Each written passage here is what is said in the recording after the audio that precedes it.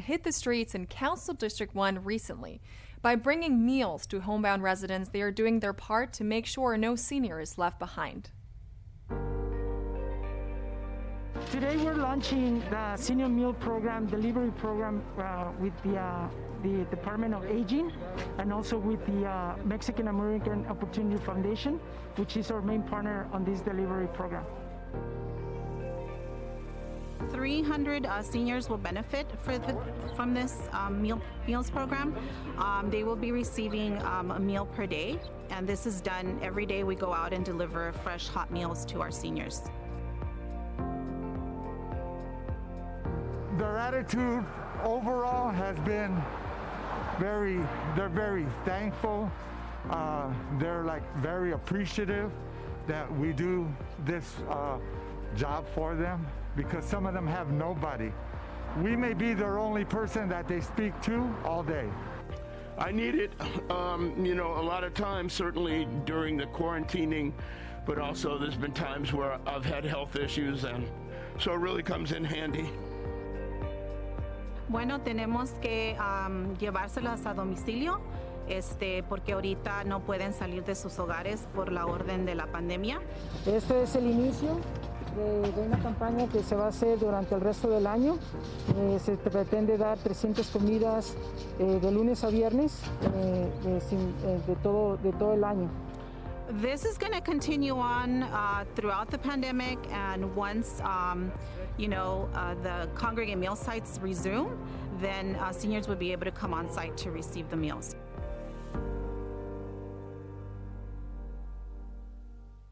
Thanks to the COVID-19 vaccines, the pandemic is slowly losing momentum and the numbers of new cases are decreasing. So efforts to get people vaccinated are continuing to ramp up across Los Angeles. Clinica Romero in Lincoln Heights is doing their best to dole out their supply of shots as quickly as possible. And Councilmember Kern Price is pulling out all the stops to bring vaccinations to the South Park community with a 4-day vaccination event. Take a look. Today is the first day that we're able to immunize our patients against COVID-19. We have received 100 vaccines. We currently have 12,000 patients just at this facility and 1,000 who are over the age of 65, so we need more. Our community here in Boyle Heights, in MacArthur Park, and Pico Union that we serve is a community of essential workers. We need to intervene and decrease the number of people who are dying from COVID-19 in this community. We're here to serve.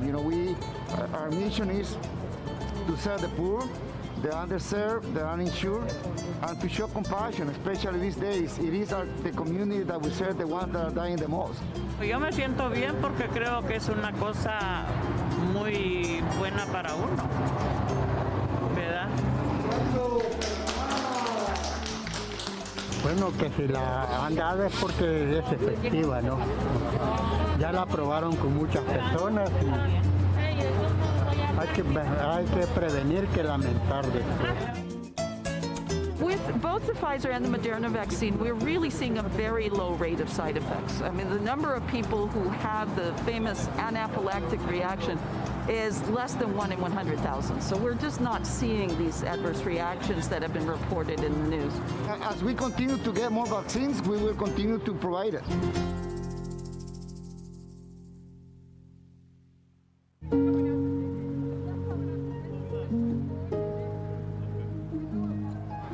Listen, this is a 4-day blitz that we're going to do, providing vaccinations to people in our community. Este parque South Park está siendo usado como un sitio para vacunas y pruebas en contra del COVID. Con la ayuda de nuestro concejal local estamos haciendo esto disponible para muchas personas quienes no tienen la oportunidad para viajar o tienen vehículo o no tienen el servicio de internet para buscar citas en línea. Call our district office. They don't have to call a hotline. They don't have to log onto a computer. We can help them make the appointment. If they need transportation, we can provide transportation to get them here. So there's no excuse for someone that wants the shot. Yo ya estuve enfermo, ya lo pasé. Ahorita estoy negativo ya, gracias a Dios. Y traté de llegar temprano. Tan pronto me dieron la cita, tan pronto escuché que iba a vivir en este lugar. y que Mr. Price estaba prestando para este servicio. Dije, ahí voy. The vaccine is saving a lot of people's lives, just like me. I have to take the vaccine. I have serious underlying health issues. If I don't take the vaccine, I won't be here. I'll die. I had the shot. It was good. I was glad. I know I'm safe. I feel like I'm gonna live now. No side effect at all. I feel great, and looking forward to my second shot, which should be coming up this week. Yo me siento contenta porque ya la voy a recibir y siento que con eso me voy a ayudar mucho. Y espero que toda la gente que esté escuchando esto haga lo mismo para que se cuiden. Sí. But this is serious. This is real. This is not a joke.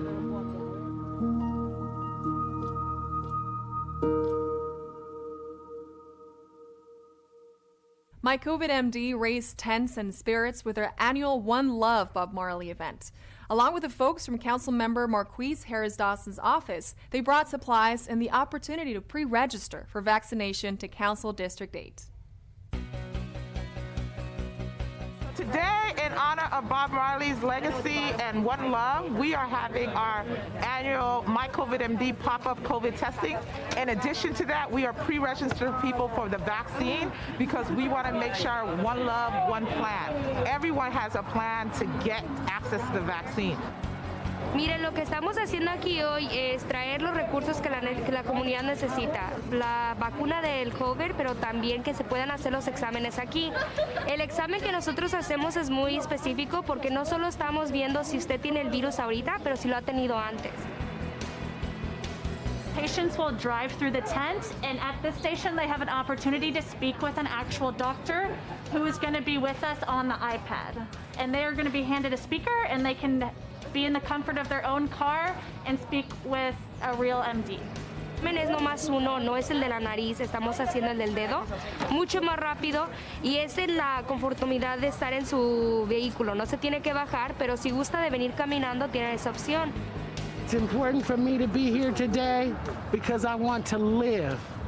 I want to live a full life. I don't want to get sick. The most important thing is the basic. Wearing masks. If you have an N95 mask, wear your mask. If you're, wash your hands constantly. Stay 6 feet social distancing apart. When you can't do that at home, make sure you're also washing your hands even that much more frequently. And watch where your clothes are. A lot of people are being very comfortable just bringing their work clothes into their home. We still want you to change out your work clothes when you get to home to keep it safer for your families. Y lo que está viendo aquí usted es el futuro de cómo estamos manejando las cosas con la pandemia. CSUN hosts teen dating violence awareness events. Share your vision of the future with the 2021 My LA 2050 Grants Challenge, and the LA Department of Transportation publishes its annual report. These stories and much more up next on City Beat. Councilmember John Lee and Cal State Northridge's Strength United and the Trauma Recovery Center are inviting you and your teenager to join them for their dating violence prevention and awareness webinars. Starting Monday, February 22nd through Friday, February 26th, each day will feature a 1 hour and 15-minute educational presentation to help you and your teen recognize destructive dating patterns, healthy relationships, and the support services that are available. Each webinar is completely free. To register, visit strengthunited.eventbrite.com or email prevention@strengthunited.org to reserve your spot. Submissions are currently open for the 8th annual My LA 2050 Grants Challenge. If you think your ideas have what it takes to make LA the #1 place to learn, create, play, and connect, this open call is for you. My LA 2050 is a community-guided initiative for organizations to present their vision and a game plan of action for LA to reach by the year 2050. 25 organizations will be awarded $100,000 to implement their proposals for the future of LA in each of the 5 goal categories. Submissions are open through April 2nd, 2021, and public vote will determine the winner's final award level. For dates, details, and application guidelines, Visit challenge.la2050.org. The Los Angeles Department of Transportation has released their annual report from July 2019 through the 2020 calendar year, highlighting their 4 core values of creativity, integrity, fulfillment, and accountability. The report shines a spotlight on the significant developments and achievements that were made. The 30-page report details the progress by LADOT to further continue their efforts to build livable streets that improve health, environmental, and economic outcomes for all. Check out ladot.lacity.org to learn more about their work on Slow Streets LA, alfresco outdoor dining, and COVID safety programs. February is the shortest month, but it's never a bad time to brush up on your African American heritage required reading. Councilmember Mark Ridley Thomas from District 10 shares his top 10 items for reading African American writers. African American Heritage Month is an expression of the history, the struggles, the contributions of African Americans in this country. I think African American Heritage Month should be taken as an opportunity to learn more about the African American experience.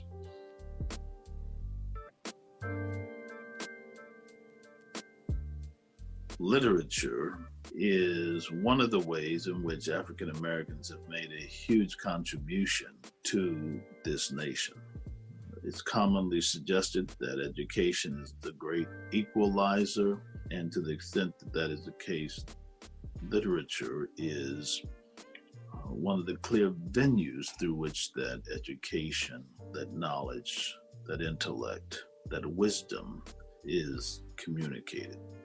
These 10 selections get at that in a variety of ways. While confined here in the Birmingham City Jail, I came across your recent statement calling my present activities unwise and untimely.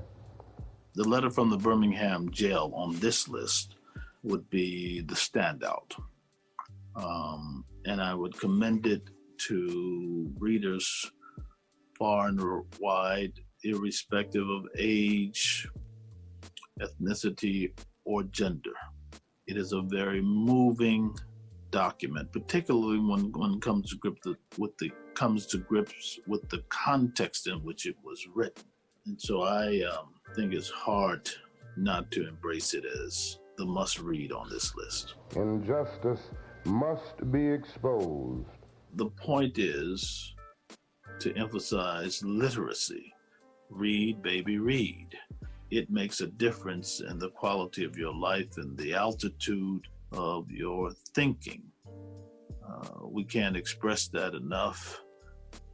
Our next generation will clearly be better for it. It's an annual event in Leimert Park that not even a pandemic could derail. The Festival of Culture, Unity, and Love commenced at the Bob Marley Day event. Check this out. I'm celebrating Bob Marley's birthday today.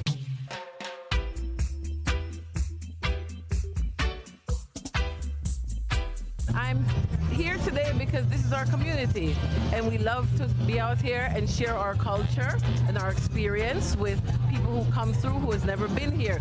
So you not only get a black experience, but you get a Caribbean experience, you get an African experience, you get a diverse experience from a lot of the vendors out here, and we show everybody love. It feels like every day is Black History Month in Leimert Park because there's so many opportunities to connect with your elders, with kin, and just to celebrate that through building community. I'm here celebrating Bob Marley Day amongst the community. I was born in Jamaica, so I grew up listening to his music. So, you know, and it's all about love and, you know, spreading love. That means a lot to me.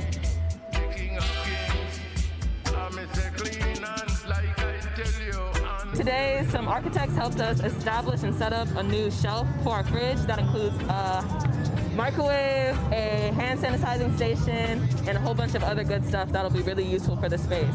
Yes, we started this fridge in July as we're one of many LA community fridges. We just run the Leimert Park one, and before this we had just a bench with crates that was holding all of our donations. There's so much art and history and music here. Like it's been here since day one.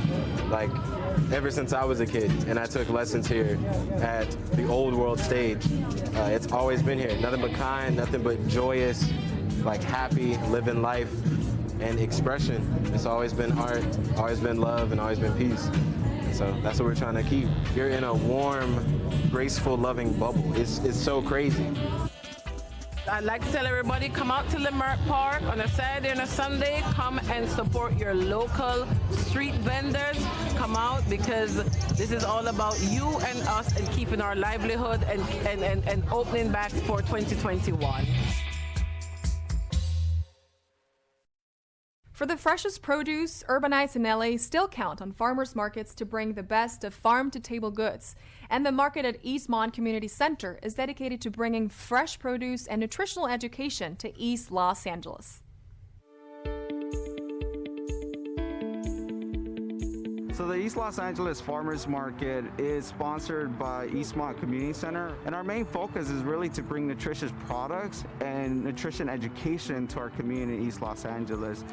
In addition to that, our main focus is to provide vendors who are coming from different regions in California an opportunity to have a safe and reliable place to sell their products, specifically to individuals and communities who normally don't have access to farmers markets such as East Los Angeles. So I heard that we have a farmers market in East LA, and I was excited to hear that because I usually travel to other cities outside of our neighborhoods to go to farmers markets. So this is really exciting. Well, I prefer to get my produce here, even though you might be paying a little bit more, but you're going to get fresher product. It's not something that's been shipped and stored in a warehouse, so I know it's from the farms, and I like that. One of the goals at the East Los Angeles Farmers Market is to provide incentives and increase the purchasing power of a lot of our low-income residents. What we do is we provide them with a $10 match for $10 that they purchase through using their CalFresh or EBT card. So their $10 purchasing power turns into $20 here at our East LA Farmers Market.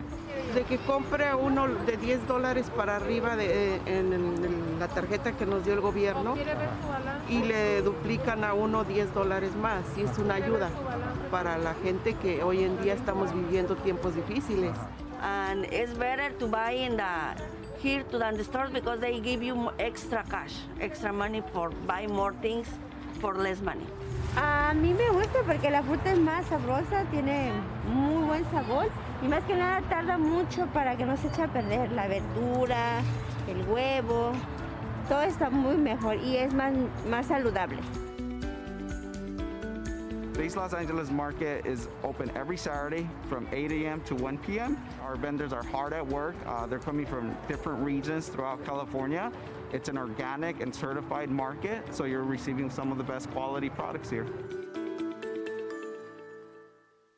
In our feature story this week, we talk with Michelle Barton of the Los Angeles Department of Sanitation and Environment about their biodiversity program.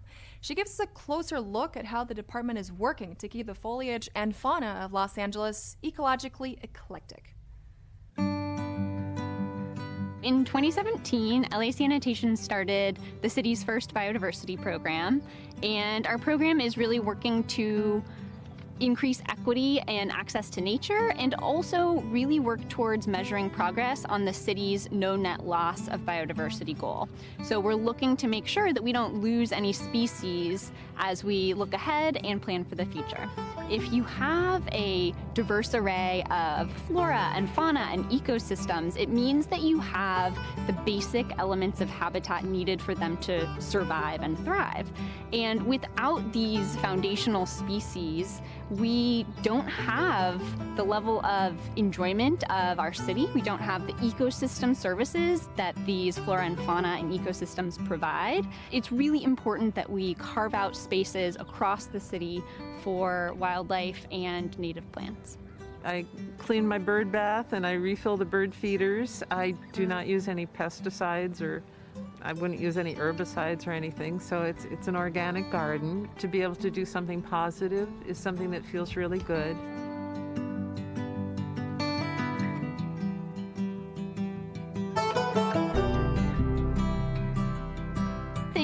people can do in their home gardens that are really important to native wildlife and biodiversity are make sure that you are using plants that don't have high water requirements, that avoid the use of chemical fertilizers and other harsh chemicals that are going to harm some of the wildlife that are sensitive to such things. Remove invasive and non-native species. Native plants really do provide the best habitat for native animals, and so making sure that we are doing our part to avoid use of noxious invasive species will truly improve habitat for them.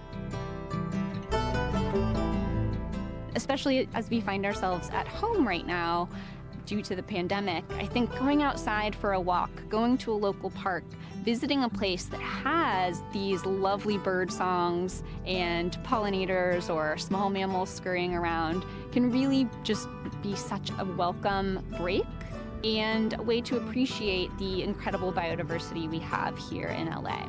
There actually is a need to take action to preserve what we have so that we can keep enjoying it for future generations.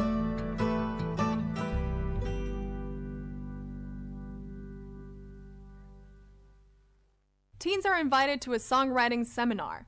Learn about pop music and dance in the early 20th century, or check out the UCLA Asian American Film Festival online. All this up next on Virtual Things to Do. The Los Angeles Public Library invites teens to take up the guitar and try songwriting. Students are welcome to take part in a 1-hour program where you can learn the basics of guitar playing. For those who don't have a guitar, you are invited to stick around for an introduction to songwriting. This online program is brought to you by the Central Library of Los Angeles at 4 p.m. Thursday, February 25th. For more information on how to participate, send an email to teens@lapl.org. The Los Angeles City Historical Society is happy to announce the latest edition of their ongoing webinar series, A Talk With. On Wednesday, February 24th, the Society will present a talk with Allison Rose Jefferson, Black migrations to Los Angeles and the development of the popular music and dance scene in the early 20th century. She will explore the development of this scene in the Central Avenue community when it was the hub of African American life during the Jim Crow era and much more. So be sure to check out A Talk with Allison Rose Jefferson, happening February 24th beginning at 12 noon. For more information, visit lacityhistory.org/events. Join fellow SoCal cinephiles for the UCLA Asian American Studies Center 2021 Film Festival.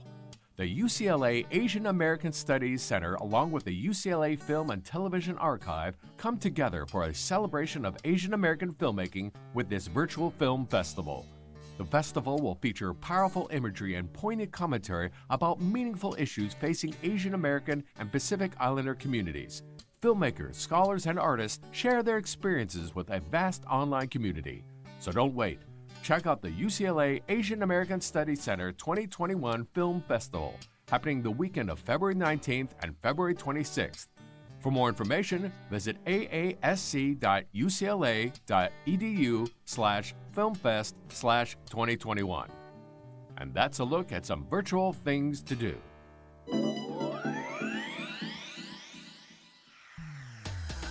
That's it for this edition. I'm Natalia Bilbao. From all of us here at LA This Week, thank you so much for joining us. A reminder that you can catch us online at lacityview.org, and we're also on Facebook, Twitter, and YouTube. See you next time for more LA This Week.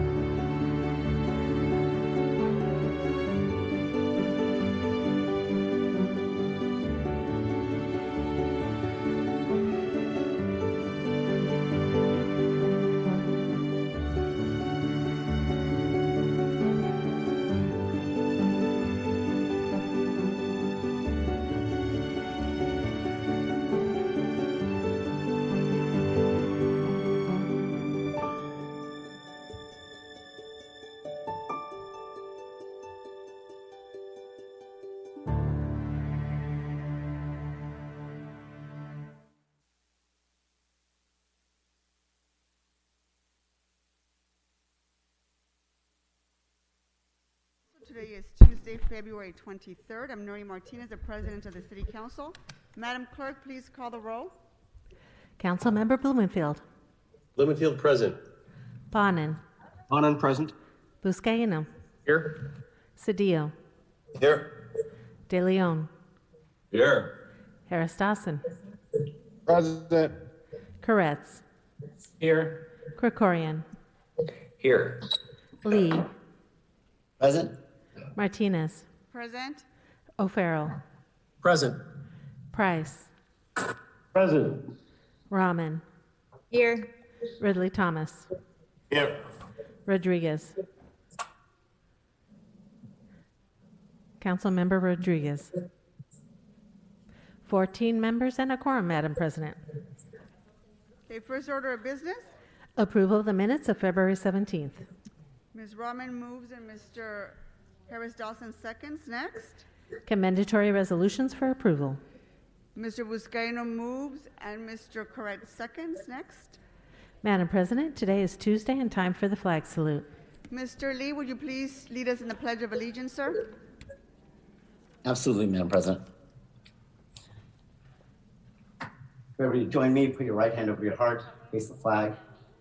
I pledge allegiance To the flag of the United States of America, to the republic for stand. one nation, To God. indivisible, justice for all, and justice for all.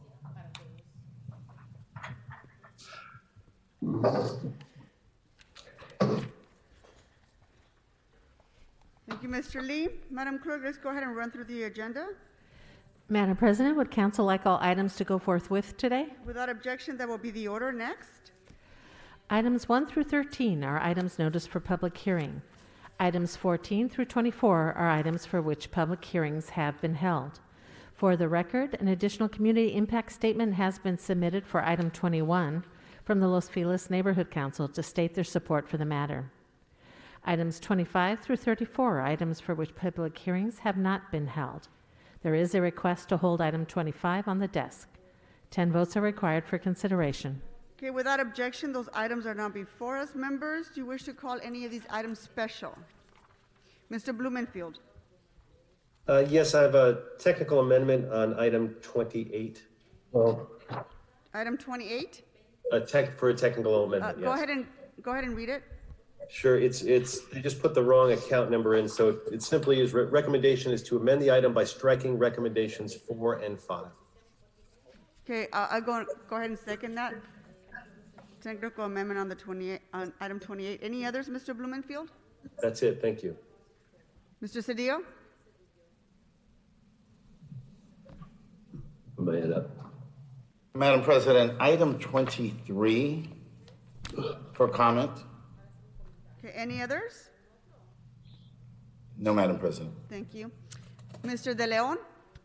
Thank you, Madam President. I'd like to file and note item number 29 on today's agenda.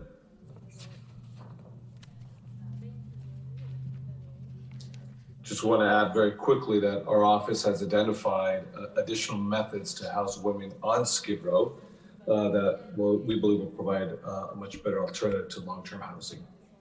Is there a second? Second. Mr. Cedillo seconds that. Mr. De Leon, any other items?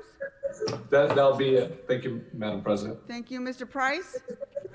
Thank you, Madam President. I need to recuse myself from item 12 due to my wife's business, Dale Richardson Associates, who has a former client who is an applicant. Okay, any other items, Mr. Price? Madam Chair, is that necessary if it's a former client and Excuse he's me, sir. beyond the... Mr. Cedillo, Mr. Price has the floor. Can you Yeah, continue? out of an abundance of caution, Mr. Cedillo. No other items, Madam President. Thank you, Mr. Price. Mr. Krikorian?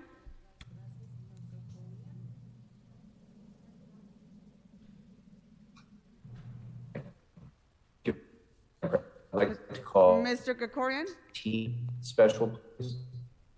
Mr. Krikorian, we can't hear you. 19. 19 special for comments or an amendment?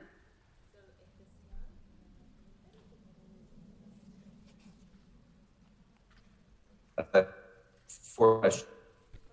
For questions, okay. Any other items? No, that will do it. Thank you very much. Members, any other specials? Seeing no others, Madam Clerk, which items are available for us to vote on? Madam President, council may vote on items 14 through 18, 20 through 22, and 24. Please go ahead and prepare to vote on those items. Madam Clerk, please call the roll. Blumenfield. Blumenfield, aye. Bonin. Bonin, aye. Buscaino. Aye. Cedillo. Aye. De Leon. Aye. Harris Dawson. Yes. Koretz. Aye. Krikorian. Aye. Lee. Aye. Martinez. Aye. O'Farrell. Aye. Price. Aye. Rahman. Aye. Ridley Thomas. Aye. Rodriguez. Aye. 15 ayes, these matters are adopted. Okay, Madam Clerk, let's go ahead and move on to public comment. Go ahead and read our call-in information. Thank you. And as indicated on the agenda, members of the public wishing to offer public comment should call 669-254-5252 and use meeting ID number 160-535-8466 and press pound. Press pound again when prompted for participant ID. Once admitted into the meeting, press *9 to request to speak. Finally, when you hear the last 4 digits of your phone number, press *6. And again, call 669-254-5252 and use meeting ID number 160-535-8466 and press pound. Press pound again when prompted for participant ID. Once admitted into the meeting, press *9 to request to speak. And finally, when you hear the last 4 digits of your phone number, press *6. To members of the public calling in, when it's your turn to speak, please state which of the agenda items you'd like to speak on. You have 1 minute per item to speak, up to 3 minutes total, and if you wish, 1 minute for general public comment. Please speak on the items first before providing general public comment. We'll tell you when your time's up. Item 12 is a hearing to request the City Council to adopt an ordinance approving a resolution of necessity to authorize commencement of the eminent domain proceedings to acquire portions of the property located at 9800 South La Cienega Boulevard in Englewood.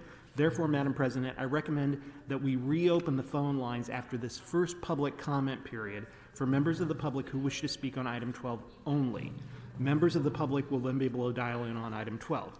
If you dial in this first period, you can speak on item 12 too if you wish, but there will be a second period. When speaking on the agenda items, you must be on topic. Our goal is to get through as many speakers as we can. If you're not speaking on topic, or if we can't tell whether you're speaking on an agenda item, you will get 1 brief warning from me or the President. If you don't clearly get on topic or against or off topic, the President will cut you off and you'll forfeit the rest of your speaking time, and we'll move on to the next speaker. We'll take 30 minutes total of public comment in this first public comment period. The items that will be open for public comment in this period will be items 1 through 13 and 25 through 34. Again, that's 1 through 13 and 25 through 34. For members of the public who wish to speak on item 12 and didn't get an opportunity in this first comment period, again, we'll reopen the lines again later in the meeting. Finally, for the members of the public calling in to speak, as soon as you hear someone address you, either by announcing the last 4 digits of your phone number or other identifying information, if you're calling in with a block number, you're live in the meeting and it's your turn. So at that point, please immediately press *6 to announce which items you want to speak on. We understand that you may be listening on a computer or other device. Please keep 1 ear on the phone for when we announce you, because there's a time delay between the live meeting and the broadcast. And if you're just listening on another device, we may think you're no longer on the line. Also, if you're listening on another device, please immediately turn down the volume on those devices because there may be feedback. We are now ready to take public comment, Madam President. And I should say we're taking 30 minutes public comment in this initial period. Thank you, Mr. City Attorney. First caller. Caller with a phone number ending in 3318, please press *6.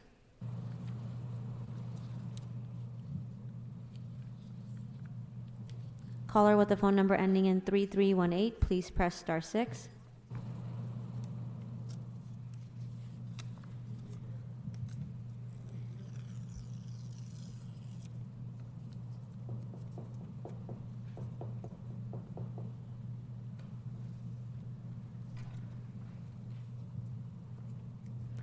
Caller with the phone number ending in 3318, please press star 6. Please state your name and the item you'd like to speak on. Yeah, this is Richie Sergenko. I just wanted to give general public comment, please. Sure, you have a minute. Please begin, sir. Yes, Ms. Martinez, I hope you were excited to see us yesterday with the giant check from FEMA. FEMA has offered to reimburse localities for commandeering hotel rooms for non-congregate shelter. The quote that you gave in the article saying that you need the state funding to push the bond and Rahman motion forward, which is silly. You don't need the state funding to enact that motion. It's just a report back. You have a COVID committee tomorrow, and the report back isn't even on the agenda for the COVID committee. Why wouldn't you want to just pursue all available options to seize the hotels? Seize the hotels hashtag trended at #1 for 12 hours in Los Angeles over the weekend. I can assure you that everyone in Los Angeles is beginning to get tapped into this issue, and at some point there's going to be a critical mass of people that force you to bend or break. So I would encourage you just to push the Bond and Rahman motion forward. It's just a report back. Thank you very much. You don't. Next speaker. Call in user 1, please press star 6.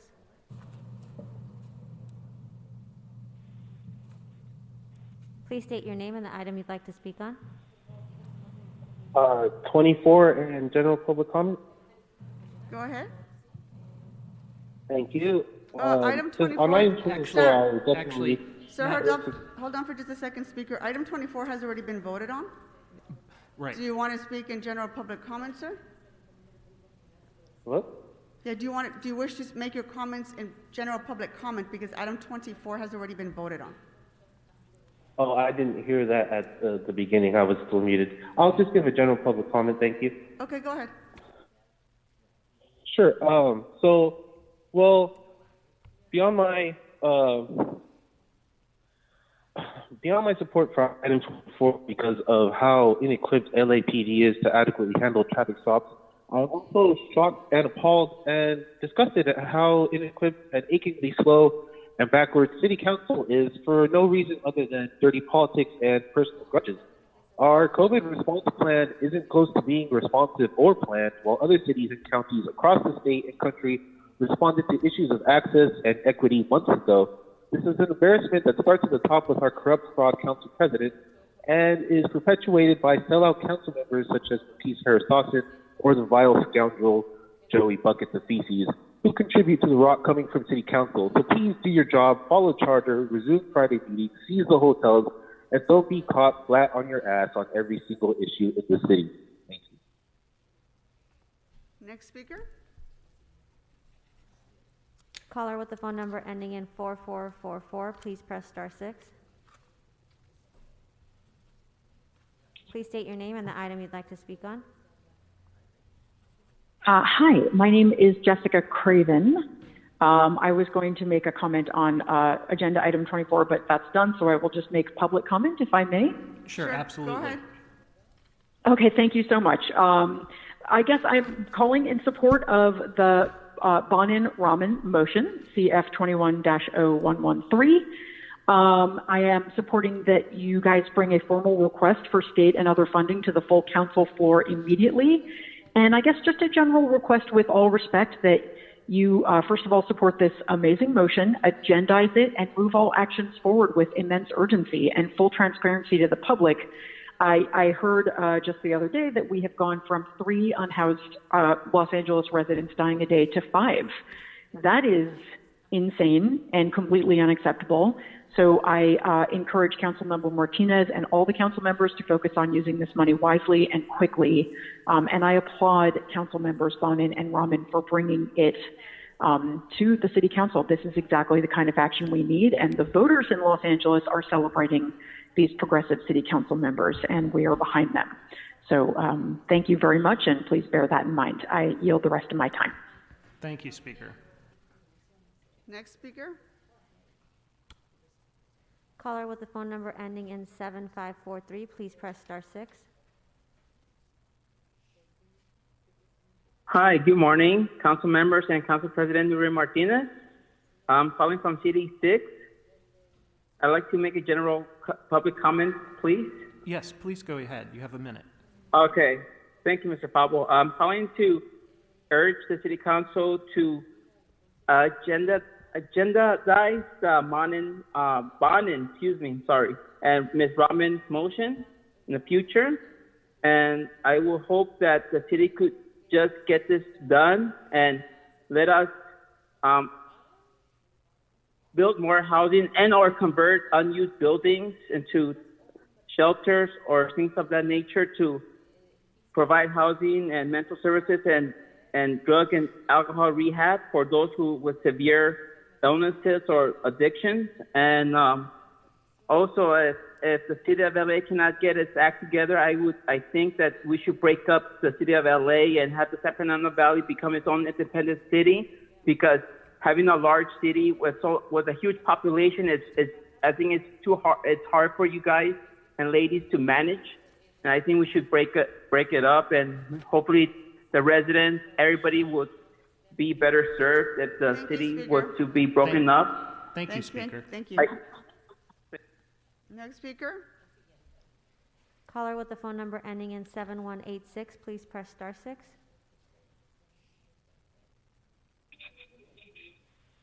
Hi, my name's Alex, and I'm calling in from CD 10 to make general public comment.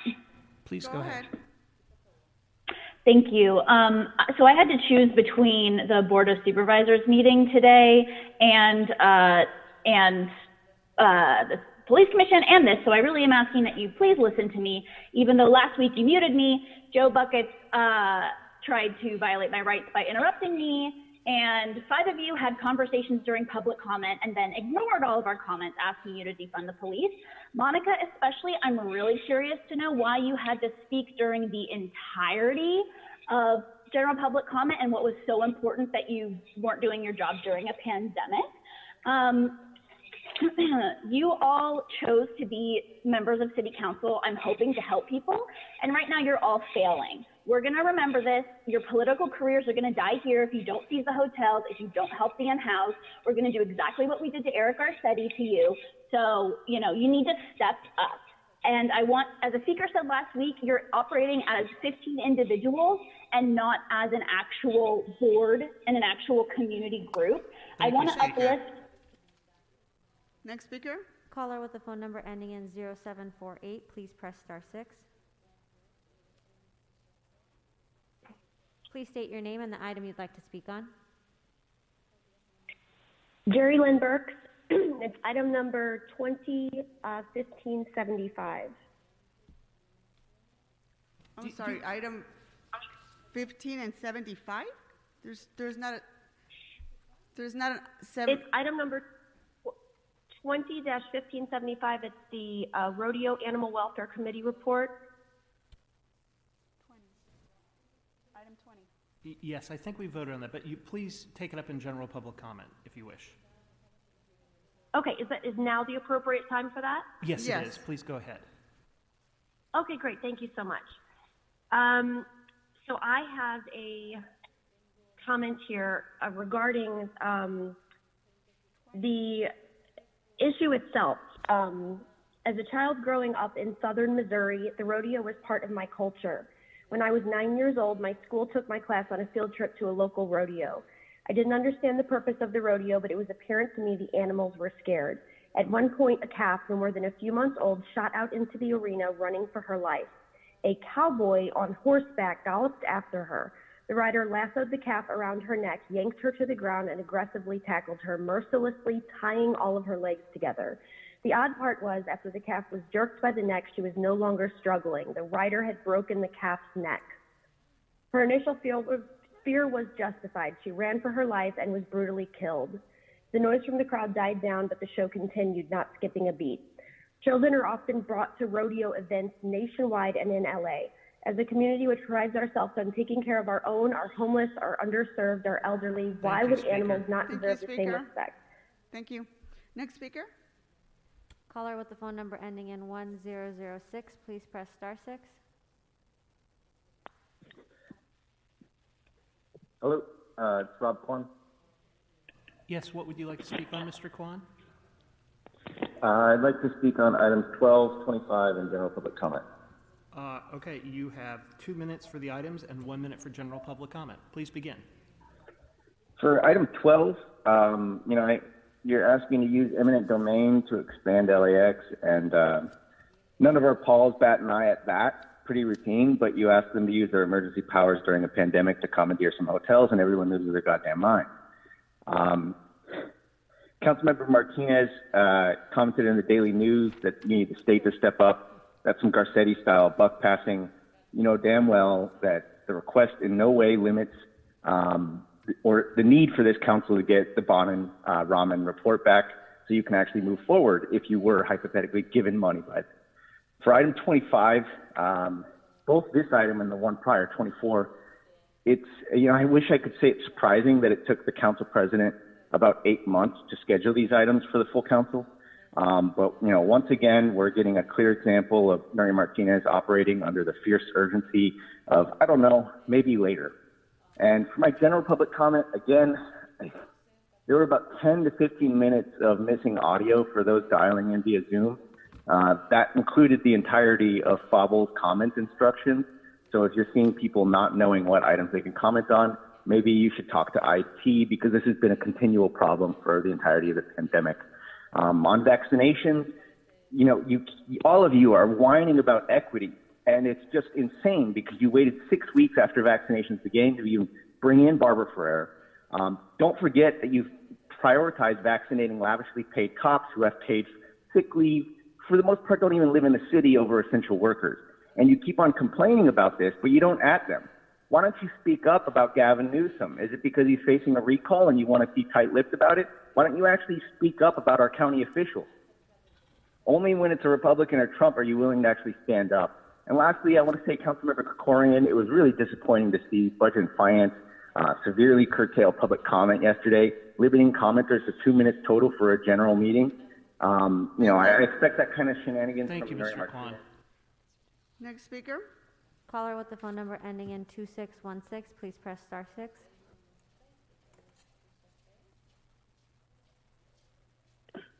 Greetings. It's Eric Previn from Studio City. I'd like to speak on the items and a general public comment as well.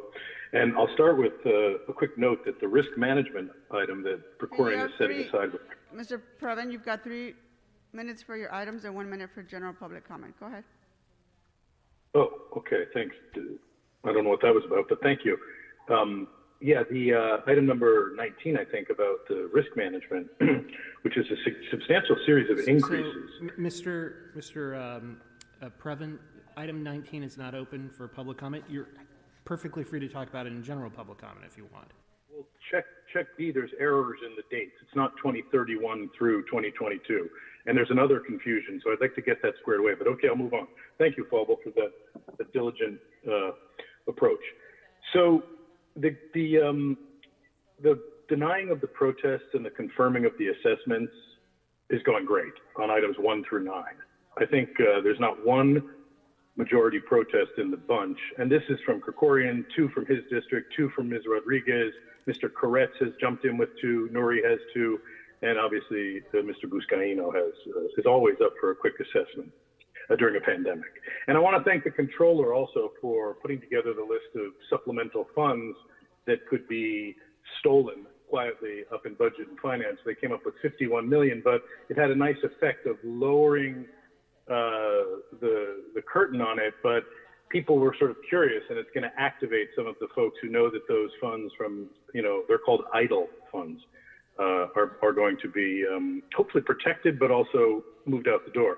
I'm on board with the general concept. It's obviously, but it is still thieving. I want to make it very, very clear. And obviously, regarding the it's so nice to see that we're finally seeking, a report back on the top 5 most cited traffic violations. You know, this has been a shame on our city for a number of years, and we're going to get that information finally. But why? It does raise the question, why is this happening now, and why has it not happened already? So, and Mr. by the Previn, way, I think you're on item 24, which we've already voted on. Item 12 now. I'm on item 12, which is the Landside Access Modernization Program. Please stop interrupting, because this is a group that has helped us in numerous ways. The law firm named Myers, Nave, Reback, and Silver. And the Landside Access Modernization Program, as you know, here we have some eminent domain going on. This is always an egregious, but it's part of the business, as Mr. Kwan pointed out. But I caught note that they're also, this law firm, part of the CEQA panel of attorneys, and they were assigned to help Mr. Pourbaba, P-O-U-R-B-A-B-A. He's got 2 first names, Daniel for one kind of activity and David for another, like ethics, where he gives money prodigiously to Mr. Wesson and all the rest. He's very, very thoughtful giver. But Myers Nave takes $50,000 from developers to, here's what happens. Mike Fuhr says, okay, developer, you want to fight a big, nasty legal battle and win? No problem. Give us 50 grand. And then Fuhr says, I'll give it to my attorney at Myers Nave and they'll take care of it. And that's what happens. So it's completely appalling conduct. We've raised the ethical, even correct. And you may go on to your general if you wish, Mr. Previn. Yeah, I'll be happy to go to my general to remind that even Koretz was aroused with curiosity when they proposed this panel of attorneys who sit somewhere in between City Hall and the public, working for City Hall in a very private and disgusting way. Even Krikorian pointed out the conflict panel. And then when I asked at the county for that stuff, and I want to just give a little credit to that, I don't want to say nasty words, but the sheriff who has managed to drop his cost of liability during the year when he's been attacked by the Board of Supervisors by 35%. The board can't say the same thing. They're up 4% overall for the county in the cost of liability. And what I'd really love is if Krikorian could link closely with that little troublemaker, Rod Castro Silva, the county council at the county, and get one report so that we can benchmark the liability costs between jurisdictions, because you play one another off, and neither of you are doing great. Thank you, Mr. Previn. Next speaker. Caller with the phone number ending in 4950, please press *6. Please state your name and the item you'd like to speak on. Hi, Zainab Badi, general public comment. You have a minute. Please begin. So item 24 has already been voted on, but I want to say that I didn't see a timeline for it and hope that it's going to have some hard deadlines set and won't just be a stalling tactic to skirt the demands to defund the police that are getting louder every day. Moving on to my other comment, I really don't understand how people have been calling every single meeting and imploring you to do everything in your power to get people into empty hotel rooms and use the FEMA reimbursement, and you've been dragging your feet on this for a month now.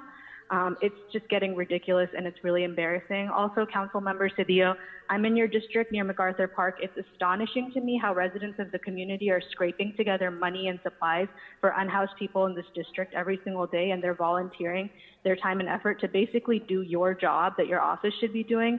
That's really embarrassing for you, and the Bernie endorsement isn't fooling anyone. I hope someone takes your job next year.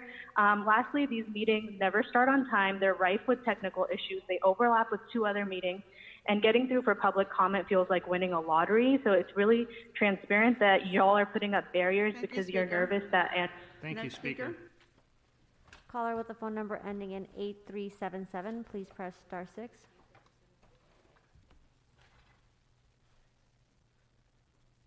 Caller with the phone number ending in 8377, please press *6. Please state your name and the item you'd like to speak on.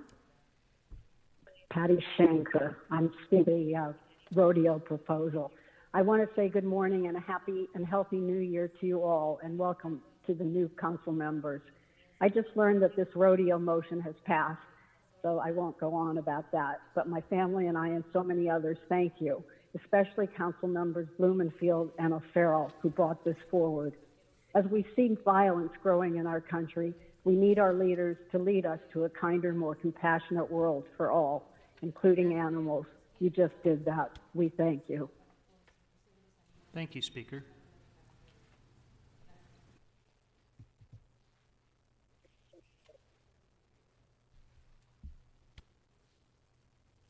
Caller with the phone number ending in 2240, please press star 6.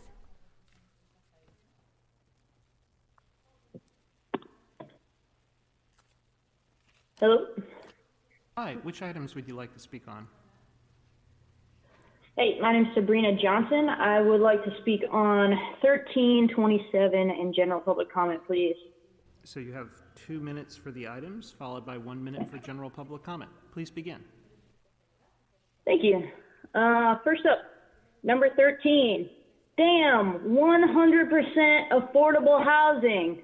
Fuck, it wasn't that hard, was it? I support number 13. Next, number 27. Well, I told you several times that I was going to call in about this every time you do it, so I'm gonna do it. When a rental property is deemed unfit to inhabit, the property can be taken over by the city through a program called the Rent Escrow Account Program, or REAP. When this happens, tenants stop paying their rent to the landlord and they begin paying half of their normal rent to the city, which then goes into an escrow account until the necessary repairs are made. And when those repairs are made, this can be removed from the program. Now, the reason I hate that you're doing this is that you have failed to agendize any renter protections, and there are many, many motions waiting for you to agendize. You've also failed to agendize the FEMA motion, so you're prioritizing handing over control of these properties back to the most egregious slumlords in the city, and the rent is going to double for those tenants. Why do you have time to do this every single meeting? But you don't have time to agendize things like the Bon and Ramen FEMA motion. You don't have time to consider things like Ramen and Cedillo's motion about tenant anti-harassment. It's really fucking annoying. And then for my general public comment, seize the goddamn hotels. I hate you, I hate you, I hate you, I hate you, I hate you, I hate you, I hate you, I hate you, goodbye. Next speaker.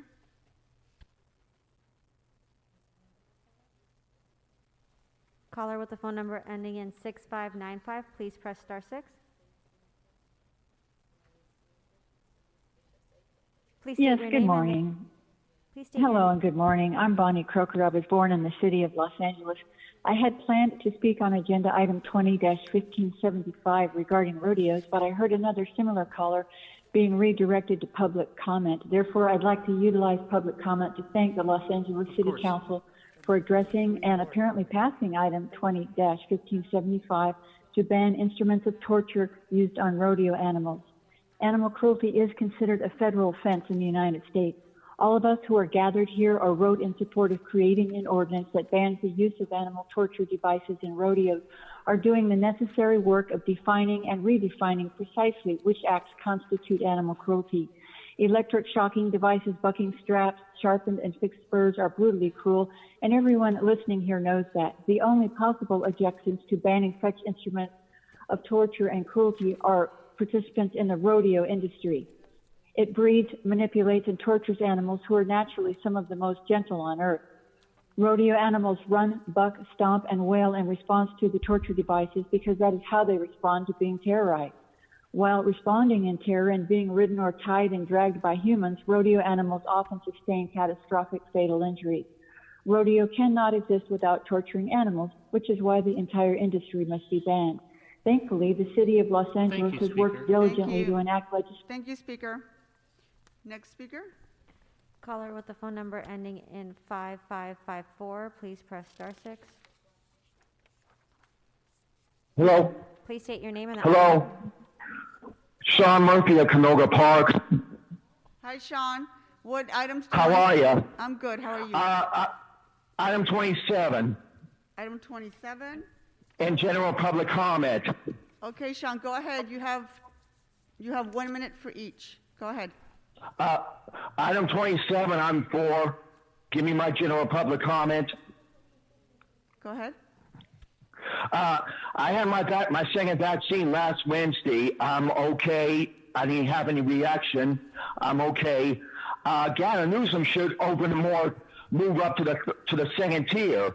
And I'd like to send a message to the Archdiocese. The outdoor mass has got to go. It was windy last Sunday. Please move it inside. The cases are going down. Hospitalizations are going down. The deaths are going down. I just heard. Please, Gavin Newsom, do your job or get recalled. If somebody show me a petition, I'm going to sign it. I don't care if I get in trouble. He's got to go. Thank you. Thank you, Sean. Next speaker. Caller with the phone number ending in 5138, please press *6. Devin Manny from K-Town for All for general public comment. You have a minute. Please begin.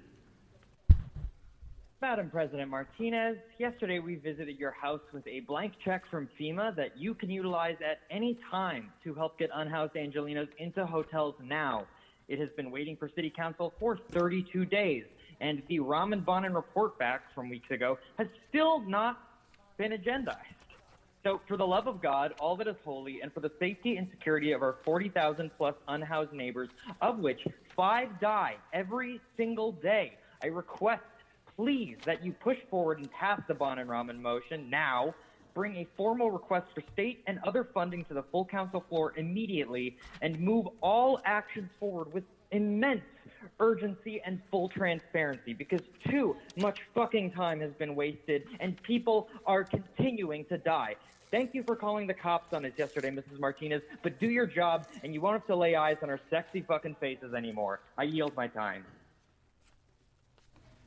Next speaker. Next speaker. Caller with the phone number ending in 3632, please press *6. Please state your name and the item you'd like to speak on. Gary Warner, and I was just calling in regards to what I guess the general public comment on the council's vote, which I guess is already passed on involving the rodeo livestock. Yes, I've been go ahead. Producer. Go Ma'am? ahead. Yes, go ahead. I've been a producer and a veterinarian serving the entire industry of within the United States for 40 years.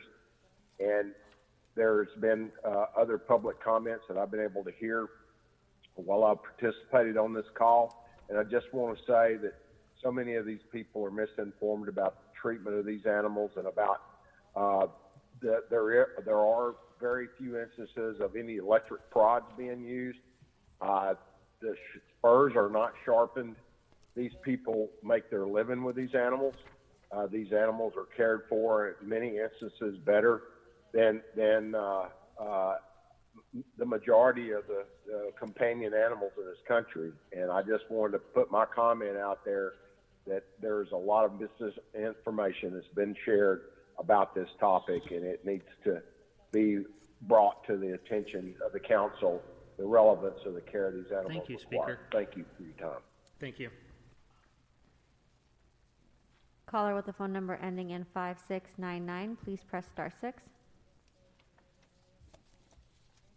Please state your name and the item you'd like to speak on. Maria Isabel Rutledge. I was going to speak in for item 24. I'd like to have public comment. I'm very happy that I'm with Push Community Coalition and Push LA Coalition. I'm in full support of it. I'm very happy you've already passed it. And as a senior, I have been stopped by the police and noticed that they always seem to be on edge and ready to go for their guns. Since I do live in South Central Los Angeles, I am a senior, and I don't think that we need to be treated that way.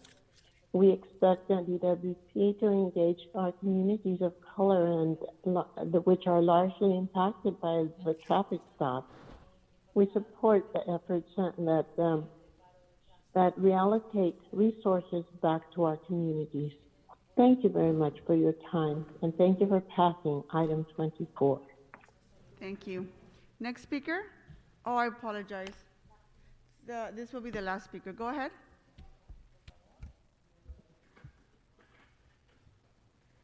Caller with the phone number ending in 6563, please press star 6. Please state your name and the item you'd like to speak on. Andres calling ACLU, calling for general public comment in support of agenda items 24 and 25. Sure, go ahead. You have a minute.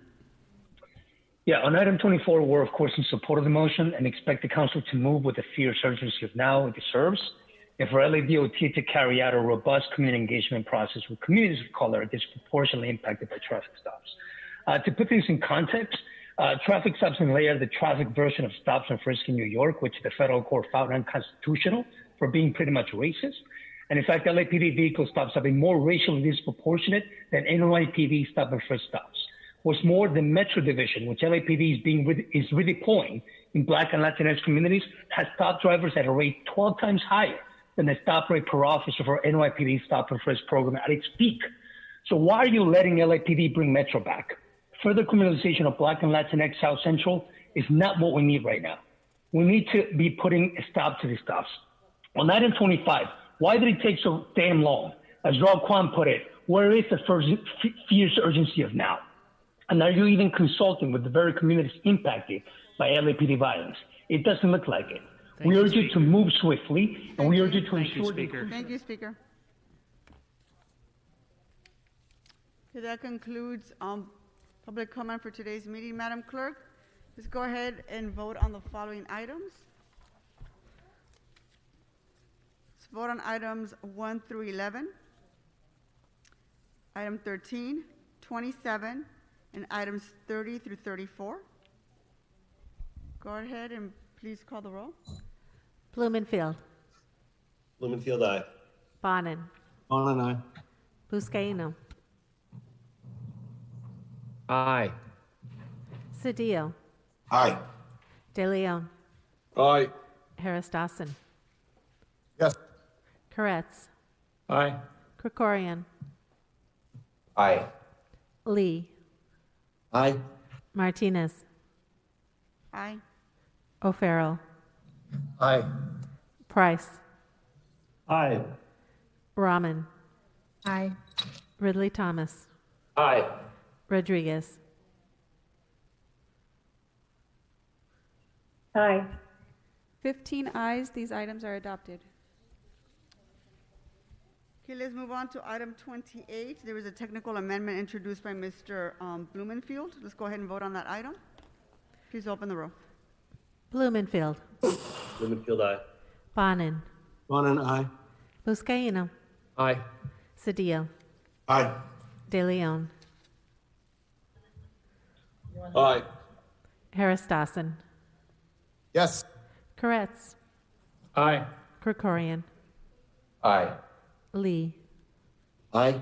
Martinez. Aye. O'Farrell. Aye.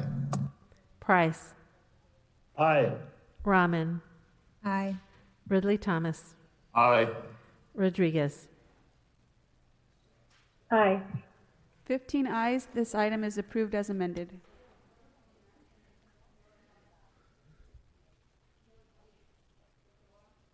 Let's move on to item 29. There's been a request by Mr. De Leon to note and file this item. Madam Clerk, please call the roll. Blumenfield. Blumenfield, aye. Bonin. Bonin, aye. Buscaino. Aye. Cedillo. Aye. De Leon. Aye. Harris Dawson. Yes. Koretz. Aye. Krikorian. Aye. Lee. Aye. Martinez. Aye. O'Farrell. Aye. Price. Aye. Rahman. Aye. Ridley Thomas. Aye. Rodriguez. Aye. 15 ayes, this item will be noted and filed. Let's move on to item number 12. There's been a request by Mr. Price to recuse himself from this item, so let's take him off the board, please.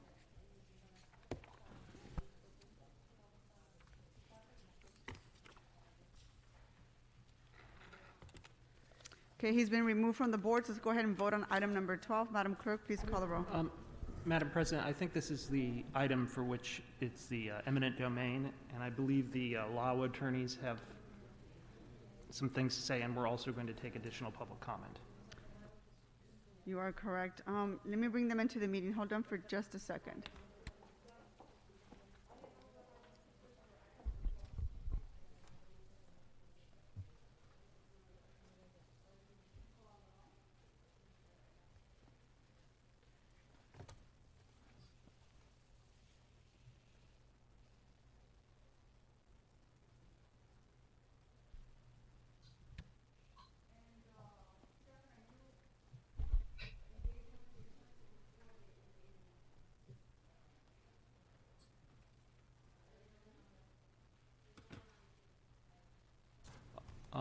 So we were going to take public comment on this item again, but there appears to be no one on the queue.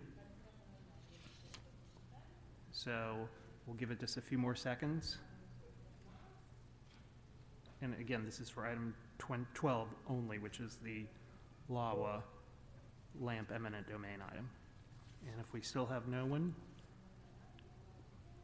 we have one person. Why don't we take that call? And that person already made public comment. So I think we can close. That was sufficient time for somebody to dial in. So we can close that. And I believe we have Mr. Mark Adams, who's going to speak to this item, if we can bring him on.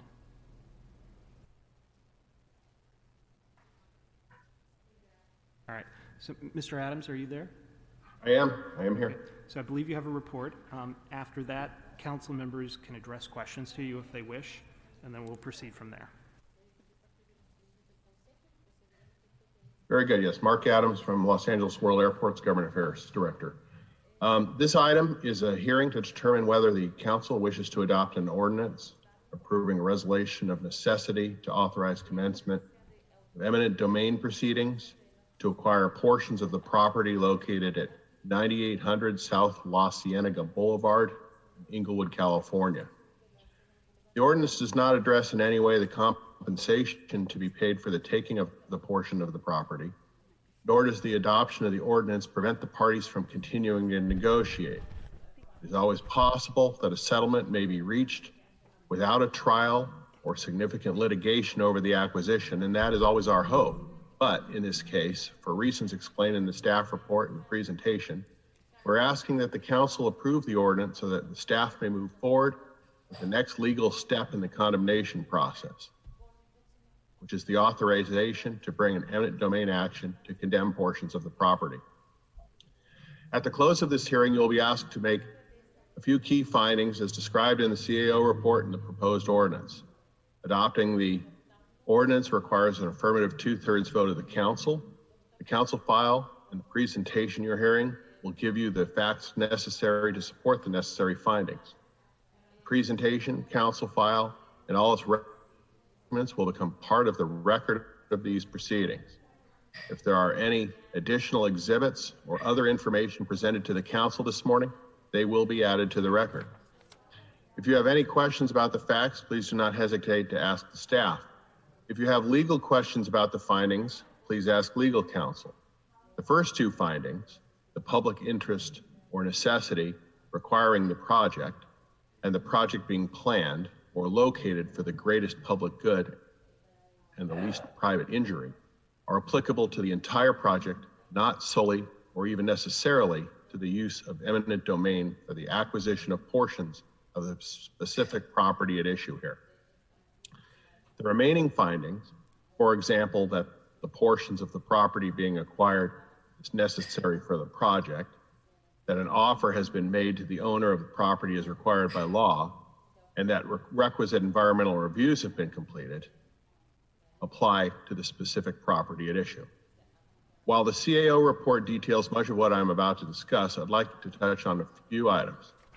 Number one, the project requiring acquisition of portions of the property is the Landside Access Modernization Program, or LAMP, in which LAWA will be constructing an automated people mover to provide passenger connections from a consolidated rental car facility and 2 new intermodal transit facilities to the Los Angeles International Airport Central Terminal. Number 2, property acquisitions for LAMP are only pursued via eminent domain as a last resort after voluntary acquisition measures have been pursued and have proven unsuccessful. Number 3, here a written offer and accompanying appraisal summary was previously made to the property owner, and despite efforts to negotiate, no agreement for the acquisition of the needed property rights could be reached. Number 4, notice of this hearing was sent by first class and certified return receipt mail to the property owner on February 5th, 2021. That concludes my presentation. I would like to take this opportunity to remind the council members that the adoption of the ordinance requires an affirmative 2/3 vote of the council, and I thank you for your time. Thank you, sir. Mr. Adams, thank you. Members, if there are no questions, I'm going to go ahead and ask that we vote on this item. We've already closed public comment. I just want to verify, Mr. City Attorney, that Mr. Price is not on the board. He's not, and I just want to ask Mr. Adams, did the property owner or representative request to speak at the hearing? He is not, as far as I know. Very good, because we don't have a request from him either. So very good. So I believe that we are ready to vote, and Right. Mr. Price is off the board. Yes. Okay, let's go ahead and prepare to vote, Madam Clerk. Please call the roll. Blumenfield, Blumenfield, aye. Bonin, Bonin, aye. Buscaino, Aye. Cedillo, Aye. De Leon, Aye. Harris Dawson, Yes. Koretz, I need my jacket, please. Councilmember Koretz. Aye. Thank you. Krikorian, No. No, this is for parents. Councilmember Krikorian, Aye. Lee, Aye. Martinez, Aye. Never forget, you work for the Senate, man. O'Farrell. Mr. Cedillo, will you? Gilbert, Mr. mute Cedillo. yourself. You need to mute. Mr. Yes, sir. Cedillo. Got it. Got it. Thank- Got it. Thank you very much. Councilmember O'Farrell. That is an aye. Thank you. Price, recused. Rahman, Aye. Ridley Thomas, Aye. Rodriguez. Aye. 14 ayes, this item is adopted. Okay, let's move on to item 19. This was called special by Mr. Krikorian for questions. Mr. Krikorian, I want to make sure I have the right people in our meeting. Give me just a second. Thank you, Madam President.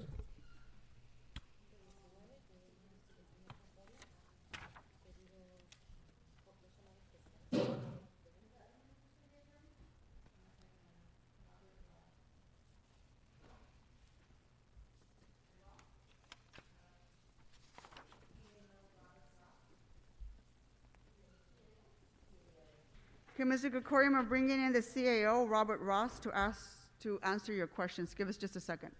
Perfect, thank you.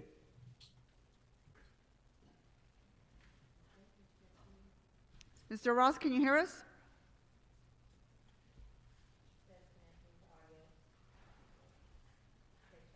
Mr. Ross, can you hear us?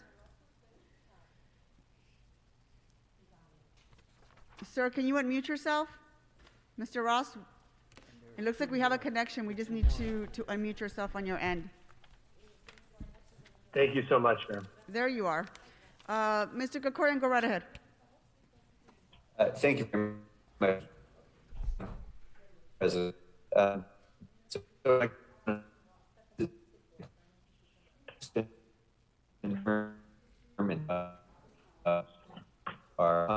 I So, Mr. Krikorian, you're breaking up severely. We really can't understand what you're saying.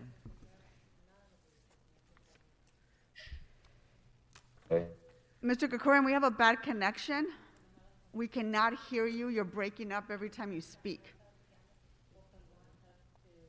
Let me verify it's not on our end. Mr. Krikorian, we're good on our end. It appears that you're breaking up on your end. Do you want to try again?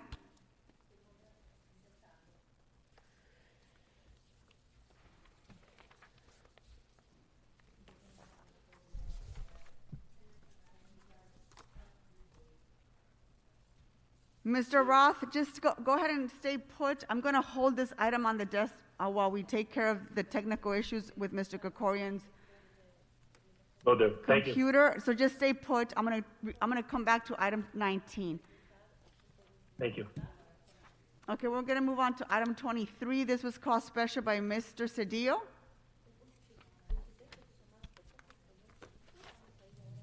Should I unmute myself now, Madam Chair? That would be helpful, yes. So it's item 23, you call special for comments. Go ahead. Yes, Madam Chair. I want to note that I think it's important as this goes forward that we insist that the stakeholders, including the taxi drivers and their representatives, those who are advocates for workers, are able to participate in this process. I personally would note that given that we are in this pandemic, this is an initiative that began before, that I think perhaps maybe setting this at the desk or putting a halt on this might be more appropriate until we come out of this pandemic. This is not something that we should be rushing forward to.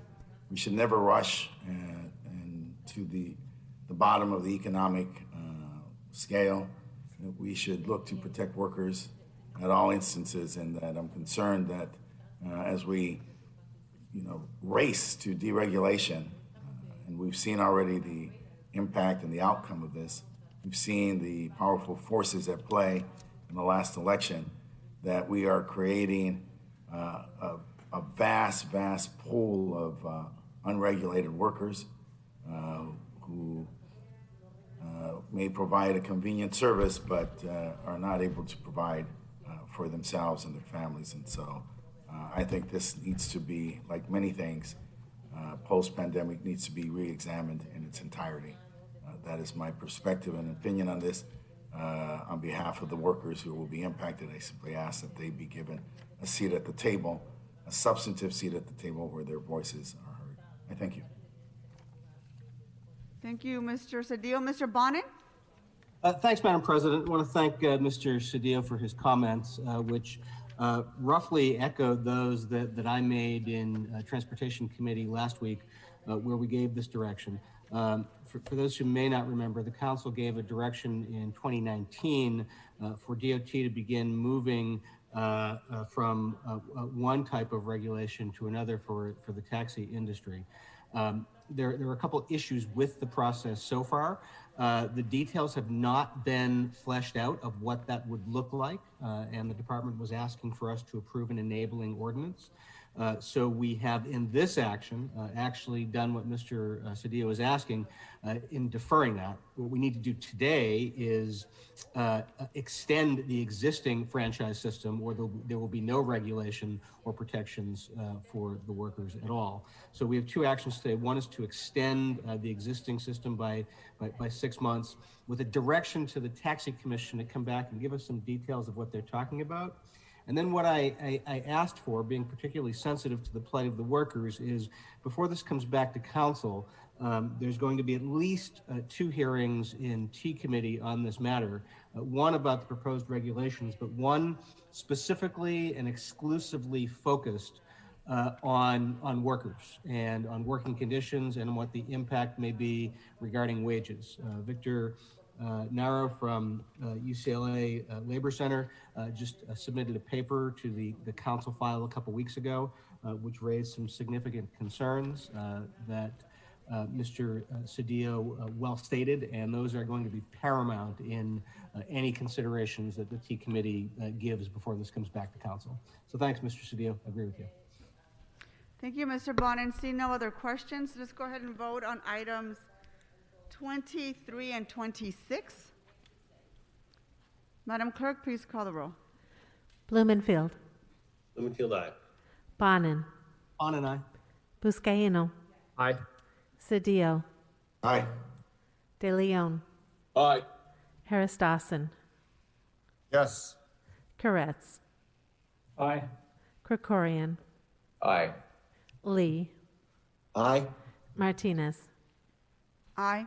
O'Farrell. Aye. Price. Aye. Rahman. Aye. Ridley Thomas. Aye. Rodriguez. Aye. 15 ayes. These items are adopted. Okay, let's go back to item 19. Mr. Gregorian, can you hear us? Thank you, Madam President. Is this any better? Oh, much better. Okay, Okay, good. we're gonna Great. bring back Thank- Mr. Roth. Can you confirm you're in our meeting? Absolutely. There you Yes, are. ma'am. Go ahead, Mr. Gregorian. Thank you, and thank you, Mr. Roth. I'll be brief. I just, these three contracts are for the administrators who oversee the workers' compensation claims that this city's employees bring. And these are all long-term contractors. And by this action, we're extending the term of their contract and exposing the general fund to additional potential contract expense. As I understand it, this year the expenditures for this year are already provided for in the budget, but as we extend the term into future years, additional utilization of these contractors will increase our general fund expense for these contracts. Is that a fair summary? It is, absolutely. In the current year budget, we have approximately $14 million that's set aside for this contract. The contract expired recently in November of 2020, and so the funds are continuing for the next approximately 7 months of the current fiscal year. Going forward, yes, there will be another request for funding and supporting these contracts. Okay, so I'm okay going forward with this today. I would ask that personnel remain within their budget limitations in utilization of these contracts for the remainder of the year.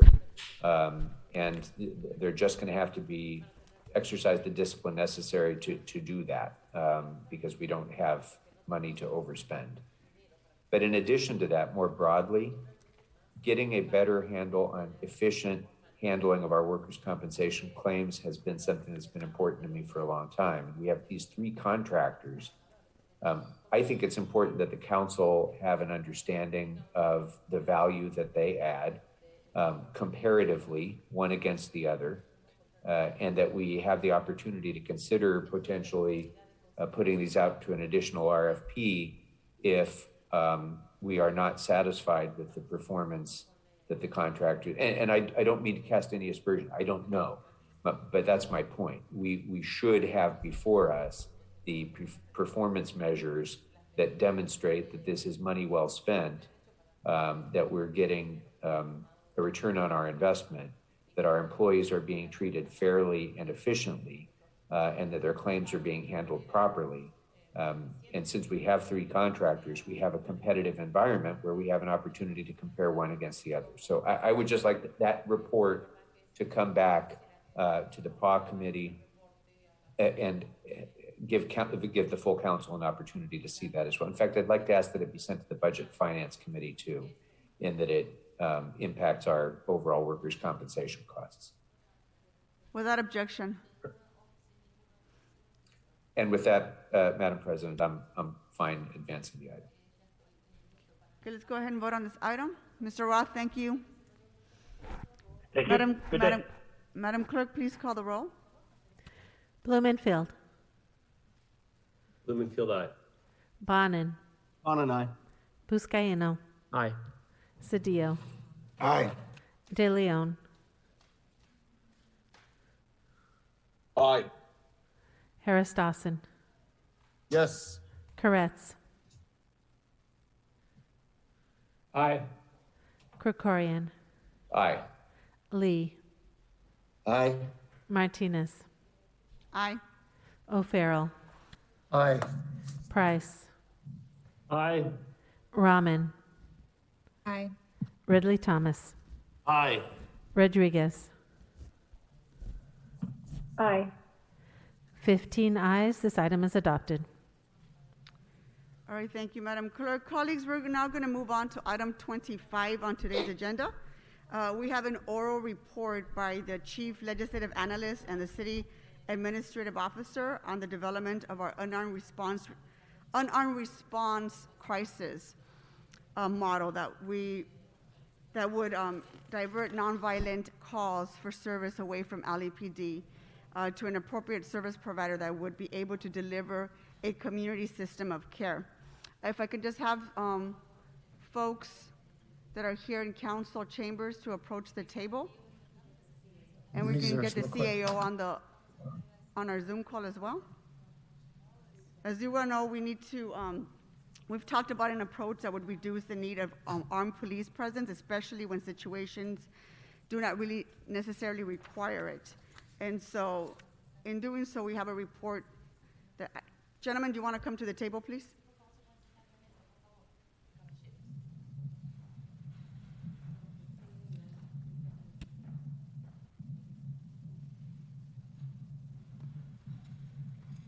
So it's my understanding that that an official report was released after we agendized, the agenda was released last week.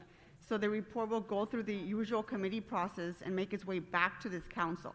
But given the importance and the urgency of this topic, I wanted us to have a discussion in council today. So this will be the first of many, many discussions coming to council on this topic. So with that, I want to introduce from the CLA's office is Josh Drake. Good morning. You're here in council chambers. We also have Susie Bellanot from the CAO's office. She's on Zoom. Can you hear us, Susie? Yes, I can. There you are. And we also have Ed Rose. You're not Mr. Rose? What is your name? Yes, good morning. Oh, you are on Zoom. There you are. Yes. Mm-hmm. There's another gentleman in council chambers who I don't have the name of. Can you introduce yourself? Because I'm thinking you're Mr. Ed Rose. Go ahead. Good morning. Andy Galan with the Office of the Chief Legislative Analyst. All right. So we have a presentation from staff from both the CLA and the CAO's office. Who wants to start? I think the CAO would. Okay, go ahead. Okay, yeah, we can start, Madam President. Good morning, Madam President, members of the City Council. We've been requested to report back to your council on the status of the unarmed crisis response RFP, request for proposals. Basically what the program would do would be to divert nonviolent 911 calls to healthcare professionals and interventionists away from an armed response from LAPD. And we're going to be modeling this RFP after the CAHOOTS program that's been successfully in operation up in Eugene, Oregon for about 30 years now. And they've had quite a bit of success with that, and it's a known quantity up in Eugene. And they've done some pretty remarkable things in addressing the needs of the community as far as a nonviolent response and mental health response goes. So we hope to, through our efforts here with the RFP, to replicate that program within the city of LA. And we understand it's a high priority for the council and the community in general. So we take this very seriously in the preparation of this document and the process that goes along with it. In response to another motion, we did release a report on Friday. It gives a basic initial status report of our efforts to date, and we also included a timeline for the RFP project. And Susie from our staff is the lead analyst in this initiative. And if you like, she can walk you through the proposed timeline with the milestones. And if you have any questions, we'll be here to answer them. Okay, Good morning, council members. I'm Susie Rios-Bellanot with the Office of the City Administrative Officer. As both Councilmember Martinez and Ed mentioned, our first status report has been uploaded to the council file. It includes a timeline for the request for proposals or RFP process, which I'll briefly go over now. It is important to note, and I want to echo what Ed said, that though the RFP process is not necessarily a speedy one, our office does understand and appreciate the need to get an unarmed crisis response model up and running as soon as possible, and we are working diligently to accomplish that. Our office is currently in the draft stage of the RFP. So as you know, we've just released our first report and timeline. In March and April, we will be gathering data and meeting with stakeholders, including police, city attorney, the CAHOOTS folks in Oregon, the Los Angeles Homeless Services Authority, LA County DMH, your offices, and other stakeholders to gather information. We'll be drafting the RFP document and obtaining subject matter expert and feedback, as well as edits. We anticipate that in May or early June, our office will release a second report with that draft RFP for consideration by council and the mayor's office. Within 2 weeks of approval by your body of that RFP, our office will release it. The bidders conference will be held about 2 weeks after that, and the RFP submission window would close after 45 days. Assuming the RFP is approved for release by council and the mayor sometime in June, that would bring the submission window to close no later than September 1st. Following the close of the request for proposals, our office and our partners will evaluate the proposals, and our office will release a third report with the findings from the RFP and recommended contractor or contractors. Following approval of those recommendations, hopefully in early fall, the city would be able to move forward with contract execution and program start. With that, both Ed and I remain available to answer any additional questions you may have, and we thank you for the opportunity to outline the process for you today. Thank you very much.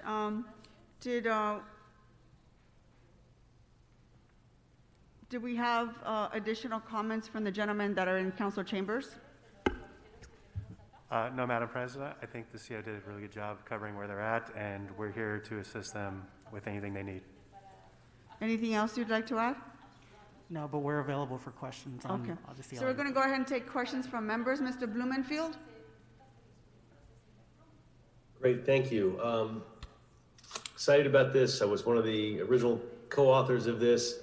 I've had the Cahoots folks do a virtual town hall with me, through Zoom, with the community. I think this is really important, and I'm eager and a little frustrated about the timing. I want us to be moving quicker, but help me understand a couple of things.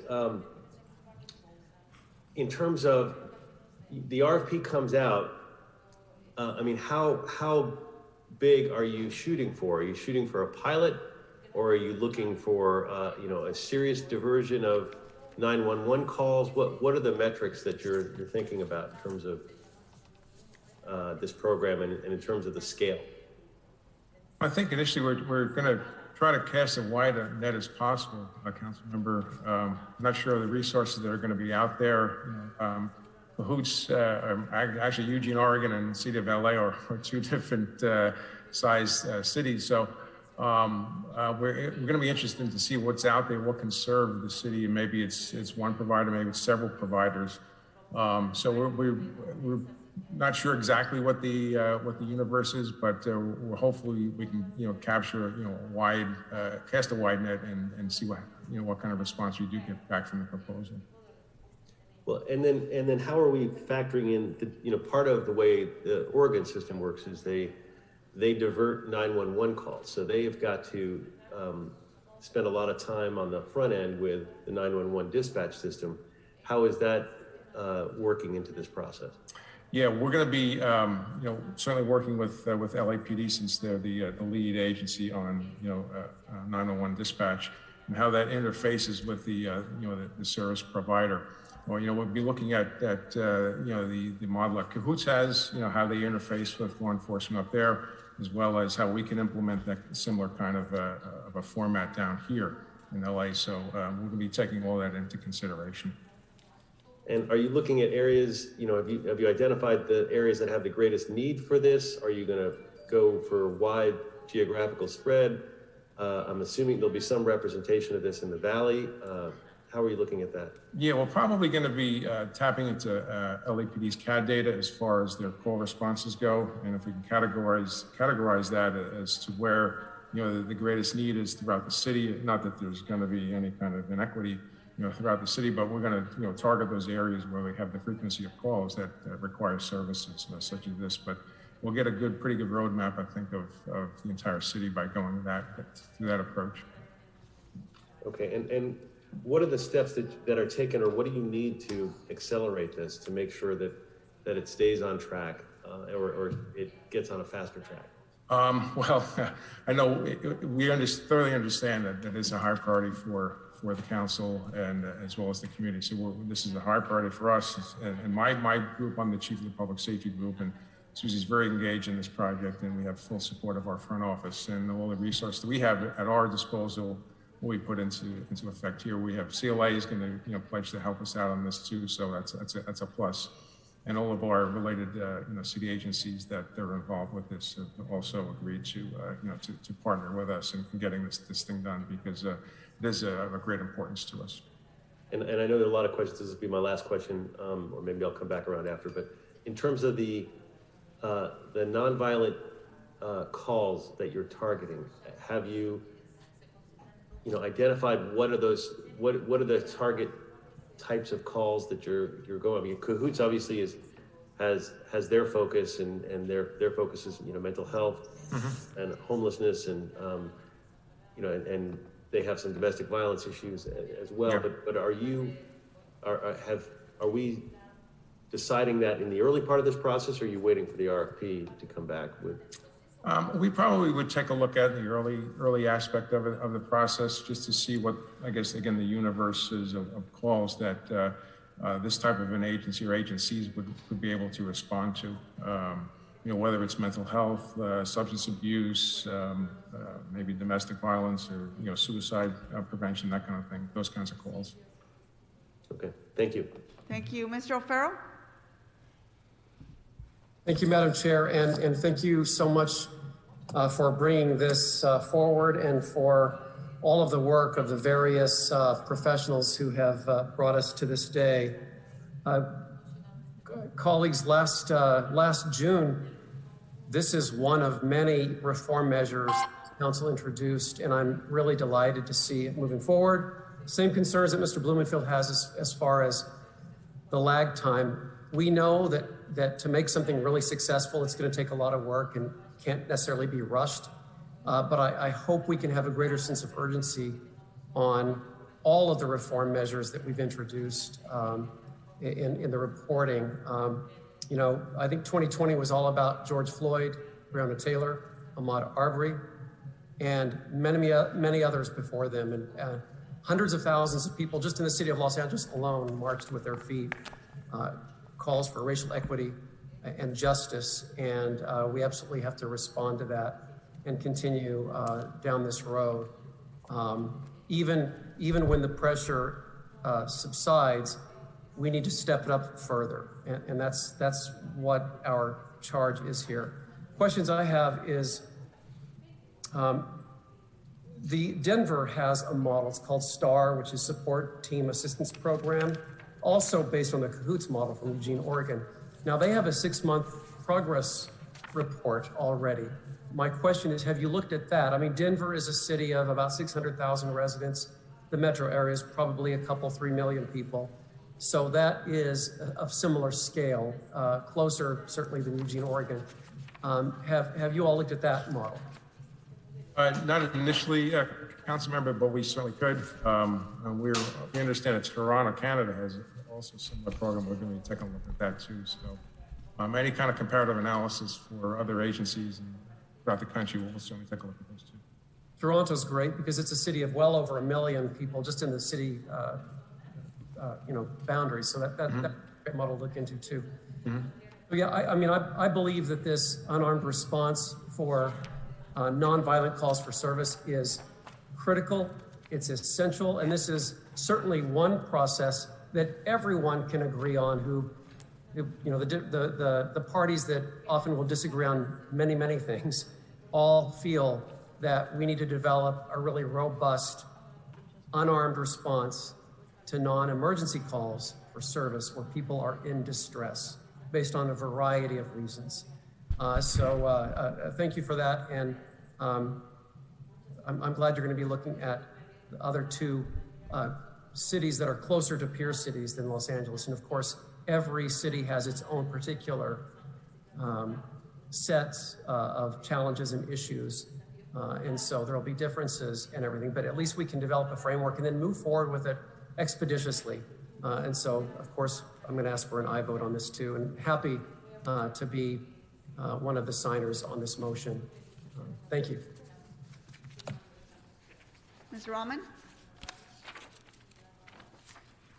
Thank you so much, Council President. And thank you to everybody for putting this motion forward. It's a very exciting one, and I wanted to just ask a couple of questions about just the timeline. I'm curious about, to get to this point in making this report, it's taken a little bit of time, and I know that the rest of the timeline that you outlined is faster, but I was just curious about the obstacles you faced in bringing it to this point, and any reasons you might have faced delays till this moment.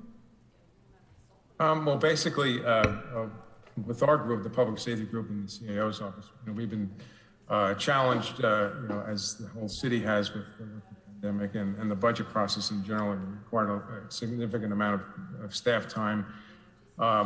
With this, and in addition to our other assignments with the budget, we were short-staffed. Our police analyst was out for a while, so we had to kind of pick up the slack, internally with our small group. So that was the only real big challenge that we did face. We preferred if we could have gotten this jump on this a little bit sooner, but the challenges, that they presented themselves with the budget and with our regular workload, kind of precluded us from jumping on this a little bit sooner. But rest assured, we are at this point now where we're fully dedicated to making this thing happen.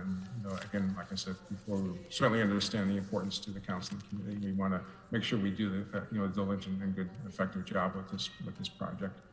Great.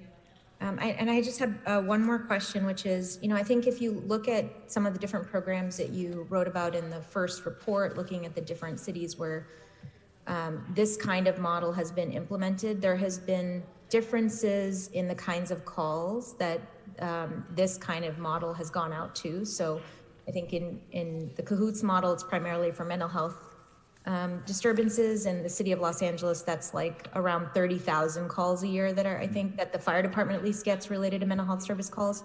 If you were to include calls for service related to homelessness encampments that 911 is getting, I think you would expand the range of calls significantly that you would be responding to through this kind of model. And so I think the kind of response that you would have to have in response to this would really vary very, very much in terms of the budgetary commitment that you would need if you were responding to just mental health service calls versus looking at all of the other nonviolent calls for service that we're getting in the city. And I'm curious about, comparing the timeline that you've set out here to the budget process in the city, and how it links up to that budget process to make sure that, I would love to see as expansive a program as possible to get as many calls for service out of the LAPD pipeline and into a nonviolent response system as possible. And to make sure that we are dovetailing with that budget process to say, okay, we need this much set aside for the funding of this program. I don't want to get to May when you do your first report back and to say that we actually only have the budget for a much more limited program or a much less ambitious program. And so I guess my question is, what can we do to make sure that we're, setting aside those budgetary requirements and to making sure that this program is as ambitious in scope as possible? Yeah, I guess going forward, looking at our timeline would probably be the 23-24 fiscal year that we would have to be identifying resources, to accommodate the program. Through our status reports, we can keep the council apprised of the progress we're making, and if there's any kind of a budgetary or policy decision that needs to be made, we can certainly include that in our reports. But looking ahead, based on our timeline as if we have today, as prepared today, we're probably looking at the next fiscal year. Again, we have no idea what the fiscal impact would be for a service provider, contractual service provider, and any kind of related expenses that other agencies may incur. So it's kind of a major blank to be filled in as we proceed ahead. Thank you. So wait, sorry, just to clarify, that wouldn't be for this fiscal year starting in July, it would be for the next one? Exactly, yeah. Okay. Any other questions, Ms. Rahman? Thank you, no. Mr. Bonin? Thank you, Madam President.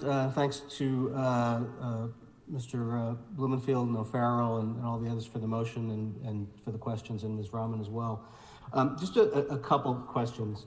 I know that the report indicates that you're still doing some outreach to stakeholders, including council offices.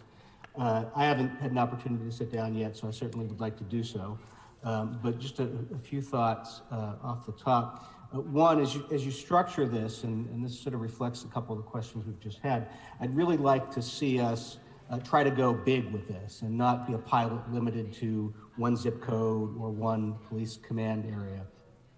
Cahoots, Eugene, Oregon, as Mr. Blumenfield noted, is very different in size, although it may be closer in size to an LAPD command area like Pacific or West LA or Hollywood or something. So perhaps there's an opportunity to sort of match it up throughout the city. Obviously, that's certainly a cost factor, but I think if we were to respond to the urgency and the demands of last year with a limited pilot, we'd really not be doing what the public really has been asking and demanding us to do. The different approach, I don't think, is something that people are on the fence about. How individual programs may work is indeed, but the idea of shifting to a different response, I think, is something we need to make a commitment to and not just sort of dip our toe in the water on. As we do that, I'm curious. There are a couple different types of calls. Ms. Rahman talked about how there's mental health calls and there's homelessness calls. There's also two different types of calls in another way. Is a lot of calls might be, let's use mental health for an example, from a family member who is calling in about a son or a sibling who is in mental distress. And so that call is identified from the get-go as being about a mental health crisis. And so it's easy to dispatch a Cahoot-style team to that if we've got the right system set up. But I also want to know if we're looking at having a system so that if somebody calls about something and LAPD or LAFD responds and determines on the scene that it is a mental health crisis, that a mental health team or an alternative response team gets dispatched. Are we looking at being able to do both things? Yeah, I think so. Yeah, that would be the optimal approach. Yeah, we want to have that mental health professional available, that service available, if indeed, LAPD does determine that their services are required, even though the dispatch went initially to to LAPD directly. So, yeah, I'd like to have that incorporated in as an option, certainly. I think that's important because we get both types of calls, and both of them currently lead to bad outcomes that can be averted. I noted in your report that you uploaded the other day, you talked about doing outreach to council offices, LAPD, CLA, city attorney, LASA, Department of Mental Health, other agencies and departments as appropriate. In determining the scope and the specifics of the RFP, have you done any outreach with groups like that do mental health work, like D.D. Hirsch, or groups that do work with domestic violence, or with community organizations that have been pushing for an alternative response? We could. That's a good, useful suggestion, Councilman. Yeah, incorporate those agencies. I think that would be helpful. I mean, obviously, an organization like D.D. Hirsch couldn't participate in the RFP if they intend on responding to it, but I think there's many that would have valuable insight that wouldn't be intending on responding, and so it would be worth engaging both them and community-based organizations that do on-the-ground work. Next question is, as we're doing this, are we anticipating that this new system is going to work with our existing infrastructure, or are we anticipating that there are going to have to be changes made and that the respondents will be determining for us or recommending for us to make this work? You've got to change your dispatch system, or to make this work, there needs to be X, Y, and Z commitment from the LA County. Yeah, that's one of the questions that we're going to be looking into, how to interface the agency with our dispatch, as it relates to the county also. Again, it's new and it's going to require a lot of that logistical discussion and analysis on how to make this thing mesh and how to make it work. So that's one of the challenges we're going to have before us. That's going to be. I mean, I think this model may change and improve over time because we're going to need to change some of our systems and structures to make it work. You just can't add it on top. It needs to replace and have different connections. As you're doing the outreach with the county, are they indicating at all that as we do this, they will be providing different or additional resources? We're not sure yet. We haven't really had those discussions yet with the county. So, when do we anticipate those discussions happen? We've initially started outreach with them. We're trying to schedule a meeting with them. I don't believe, Susie, I'm not sure if they've gotten back to us yet, but they're on our list. We've been working directly with our partners at Los Angeles County Department of Mental Health, and we're working to get initial meetings scheduled for next week. But we are looking to leverage any sort of programs that they're already operating that work with these in this field. You know, any of we've got our APRUs and units like that. We want to be leveraging the resources that they already have. Yeah, let us keep us closely updated on that, because at a certain point that's going to, I think, require some of us talking directly to members of the Board of Supervisors and stuff like that. And the final question, I note my staff has told me that the federal government matches each dollar that municipalities spend on mental health services for individuals who qualify for Medi-Cal. I'd like us to look into that if we haven't, because that sounds like it could be a potential source to help us fund going bigger on this. If I'm correct in hearing that every dollar we spend gets matched with a dollar, that gives us the opportunity to extend. So if you could look into that, I appreciate it. Okay. Great. Thank you, Mr. Bonner. Thank you, Madam President. Thank you, Mr. Price.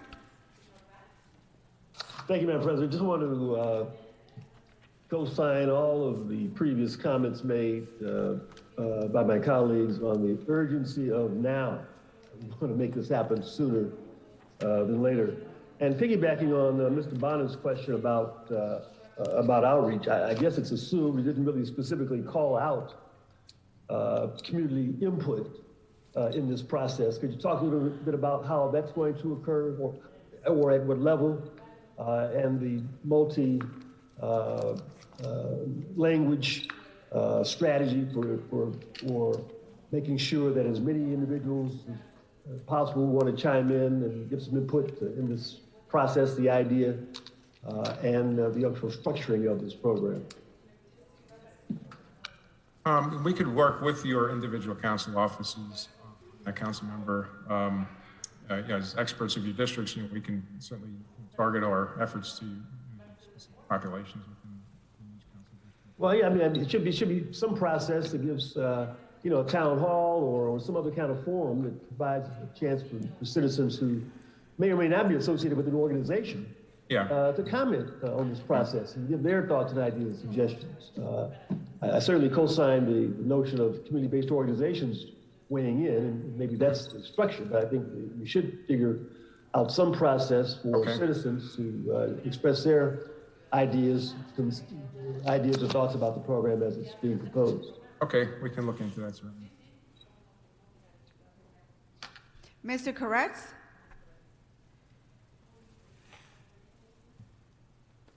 Thank you, Madam President.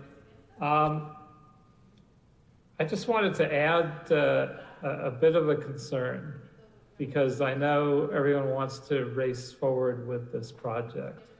And my concern is that we do this carefully and we make sure that we are not referring our nonviolent folks that are doing social work and mental health into violent situations. And obviously we can look to Eugene, although it's a very different place, as a roadmap of how to do that. But I would, again, exercise a word of caution, because I believe if we had one civilian social worker shot and killed on the job because they were there unarmed, as we are looking to create this program, that might, might ruin the whole program, to put it mildly. And rather than starting full bore and abandoning a program, I would suggest that we do this carefully. I don't know if it has to be a tiny pilot, but I'm not sure I would go full bore citywide and just assume that all our steps are taken correctly, and then find that we've included categories that maybe aren't such a great idea to include. So I would hope we don't take an unnecessary amount of bureaucratic, not valuable time to move this forward. But I wouldn't want us to fast track and speed past the requisite level of caution in creating this program. I certainly have known people who have been killed in domestic violence incidents as co-workers who were involved in a previous city. I've known people that have committed violent suicide. I know the danger of thrusting someone in the middle of that. And I just want to encourage that we compare all the other cities that are comparable, learn the lessons that they learned from them without having to repeat them, and do this with all appropriate care. Because while it's a reasonable goal, there certainly are some categories of domestic violence calls that we will certainly not send unarmed civilians into, or that we may send a civilian with a law enforcement official and let them take the lead. So I would just encourage that careful and deliberative process before we do this and wind up causing some harm. Mr. Ridley Thomas. Thank you, Madam President. Let me applaud everyone who has put a shoulder in to try to see that we move this forward. Acknowledge the President's leadership in this regard in terms of our trying to construct a narrative that makes sense with respect to reimagining not only public safety, but community safety across the city. It's clear that a robust system of addressing what might be thought to be nonviolent calls must be a fundamental element, a fundamental component of this work. And I would just want to say that as we continue to think this through, and I don't want to view this, Madam President, colleagues, from a static perspective, we should see ourselves as learners as well as leaders, and recognize that there is a certain degree of dynamism that attaches to this work. And so when we think about constructing a comprehensive assessment, we ought to do it in terms of being as effective as we can in leveraging our assets, our resources, our experiences, and collaborate with obvious entities that ought to be interested in this as well. This has safety net written all over it. Therefore, the Department of Mental Health in the county should come forward as a partner, a collaborator. Social welfare systems broadly defined from academic institutions, training programs ought to be in place. Prop 63 resources in terms of Mental Health Services Act dollars ought to be in play in a dynamic way. And so I think,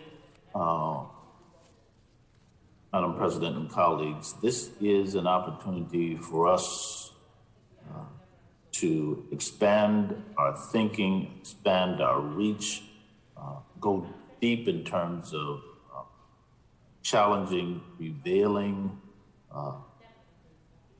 norms and systems, and emerge with better work, and not simply from the perspective of that which is analytical, but in fact what's clinical, that which touches people directly in terms of what we can and must do.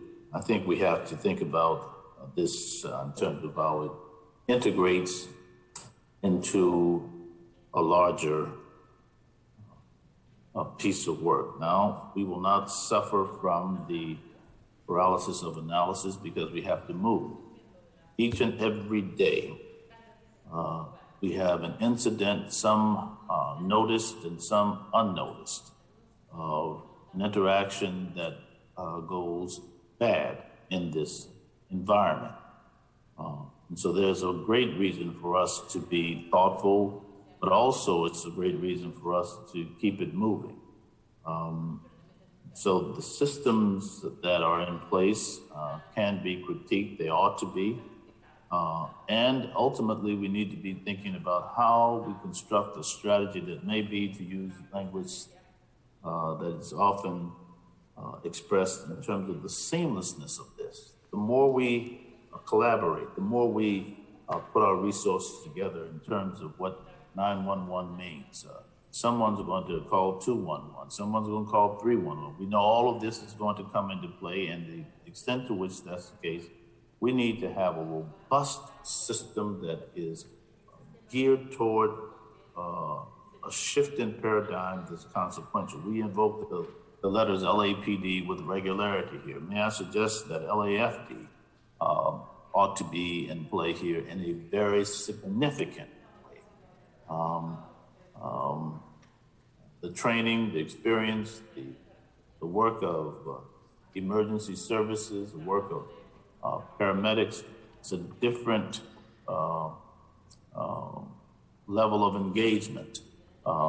And we have to be much more clear about who's on first base and when. So I just want to lend my voice, my insights here, Madam President, and encourage that this work be done because it's important work. And I look forward to the next report. And at that time, Madam President, I would hope we'd have more concrete steps in the direction that we are thinking about. The next 30 days, I think you will agree, 30 days or less will be consequential in terms of the discussion about reimagine.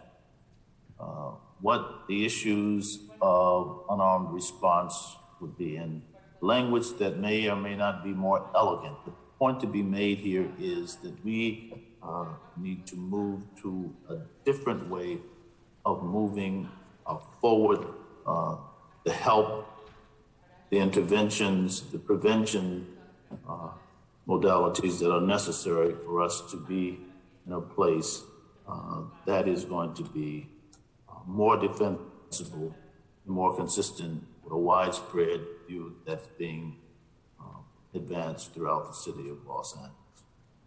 Madam President. Thank you, Mr. Willie Thomas. Mr. Buscaino.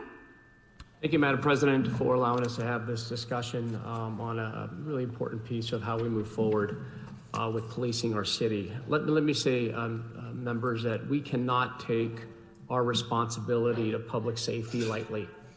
We have seen some of the unintended consequences of reimagining policing, particularly in the city of Minneapolis, where today residents are complaining of longer police response times, to the point now the city council is advancing $6.4 million on recruiting and hiring more police officers. The issue of mental health, let's be reminded that Measure J was passed this last fall, Let us also be reminded that in 2016, the voters of the state of California passed Prop 63, $2 billion dedicated to mental health services. We can do this today, members. In fact, LAPD, when they respond to a mental health related call, does request mental health services today. Long ETA, I can tell you that based on my lived experiences, which is a shame. Knowing that there are dollars, billions of dollars for mental health services that is filtered down to the county, we shouldn't have to wait for report backs after report backs. And I share that sense of urgency with Mr. Ridley Thomas. We can do it today, members. Because I can tell you, when I've responded to calls, often asked and turned to my partner, I wasn't trained how to do this in the police academy. And what do? We turn to handcuffs, doing a disservice not only to the police officer, but also the person who needs the most help. So as we move forward, let's work alongside the county to demand, because we're not in the business of mental health services. The dollars go where? From the state to the county to local government, which is us. Or maybe we should start considering bringing and establishing our own health department, like my neighbors to Long Beach who've been effective with the deployment of the vaccine. In addition, members, I urge you to, as we look at reimagining non-emergency calls, please take the time to go out to respond to some of these calls with one of your senior lead officers. Take the time to go to the Metro Communications Center and sit next to the 911 dispatcher. Tune into those types of calls. Put yourself in the shoes of the 911 dispatcher and trying to figure out who would be best to respond to a particular call. Take your time to spend with a police officer in a forced options simulator so you can put yourself in the shoes of a police officer when you respond to a non-emergency call and how quickly things can turn. That's all I ask. The case of mental health. Mr. Bonnie, you raise a good point, something that we've inked a letter to Governor Newsom. Medicaid today does not pay for inpatient mental health care, which most of our homeless today would definitely qualify, and that's a shame. So looking forward to continuing this dialogue and this conversation. Mr. Koretz, you're absolutely right. This should not be a flip of a switch, because our duty today is ensure that we have a safe city, and when our residents call 911, they expect a response from either police or fire in a quick manner. Thank you. Mr. Harris Dawson. Thank you, Madam Chair, and thank you, members who brought us to this point in a discussion and a proposal that I think is monumental for the city of Los Angeles and indeed for the country. If a city of our size can approach this undertaking with any level of success. I have lots of comments. I want to begin my comments by just invoking the trauma and the people who are not with us now because of the system we currently have. You lose count in this community of how many people are killed because police are called, mainly because there's no one else to call, when folks are suffering episodes related to their mental health. I think Mr. Buscaino is exactly correct. Officers are left with no choice but to turn to handcuffs. Unfortunately, sometimes they have to turn to lethal force, or they feel compelled to turn to lethal force. And those people are not with us now. And so I just, in this discussion, as important as it is, I don't want us to forget the trauma. that is visited on communities on a regular basis because of the way we do business now. Obviously, there are threats and things that we need to look out for with any change that we make, especially one as significant as this. And I'm all for looking at what could go wrong. I just don't want us to forget what is going wrong and the gravity of that and those lives that are lost and the families that are impacted forever whenever that happens. I had a question for staff, two sets of questions. So there are a couple ways to go at this. One is to say we're going to have a pilot program that's in a specific area. But then if any of you participated in the town hall meetings that our current council president and our past council president convened during the summer, what people said was something slightly different. A lot of people said, and this is very present in District 8 and I imagine other parts of the city, sometimes things go wrong and I don't want to call the police, but there's no one else to call. I either call the fire department or the police, and I'll never forget a mother saying, in either case, they're gonna come up in uniforms with sirens blasting and bright lights. And my son or my nephew who has a condition, that condition is only going to be exacerbated by that circumstance. They're gonna act out more, which could result in their death. So is there thinking about a way to approach this that's geographic, but also says residents of Los Angeles who want a police officer to show up, that's still in place. They can call the police and they'll get a police. But residents of Los Angeles who don't want to call a police officer, who want a mental health worker, who want an intervention worker, and need them after 5 o'clock or on the weekends or on other times, does the model or the pilot that you're contemplating provide for that service, even in a limited way? Council member, in Eugene, the Cahoots program, they actually have a lot of people call for calls for services specifically ask for the Cahoots to show up instead of police. I would assume that we can do something like that here as well. The other thing I would add, and thank you for that, I would encourage that there be a broader footprint for people who specifically request a nonviolent response, but a response that's timely. The other thing I would put forward is a suggestion just on this outreach question. I do think getting to the end user is very, very important. So talking to all the service providers, the fire department, the police, our city staff, the county mental health workers, I think is very important. But I also think the end users are important and the intermediaries. So Los Angeles has a robust set of intermediaries that have very specific niche areas. So for example, in my district, there's an organization called Forgotten Children that works specifically with young women caught in sex trafficking, right? So that's not a broad mental health question. That's a very specific thing with a very specific set of questions. I just think I would like to see a more robust and a more systematic approach to outreach, both of intermediaries between the official institutions and the community, and some set of community members. I think we have transcripts from the town halls that were done this summer. It would be great if those become a part of the record and are considered, because I thought we got really good input. There were 3 of them online and 2 in person. And then if there's other outreach that we need to help with as council members, I'm happy to sign up to be a part of that as well. But I think you don't want to forget that leg of the stool when we're coming up with analysis. And with that, I'll conclude my comments, Madam President. Thank you, Mr. Harris-Dawson. Mr. O'Farrell?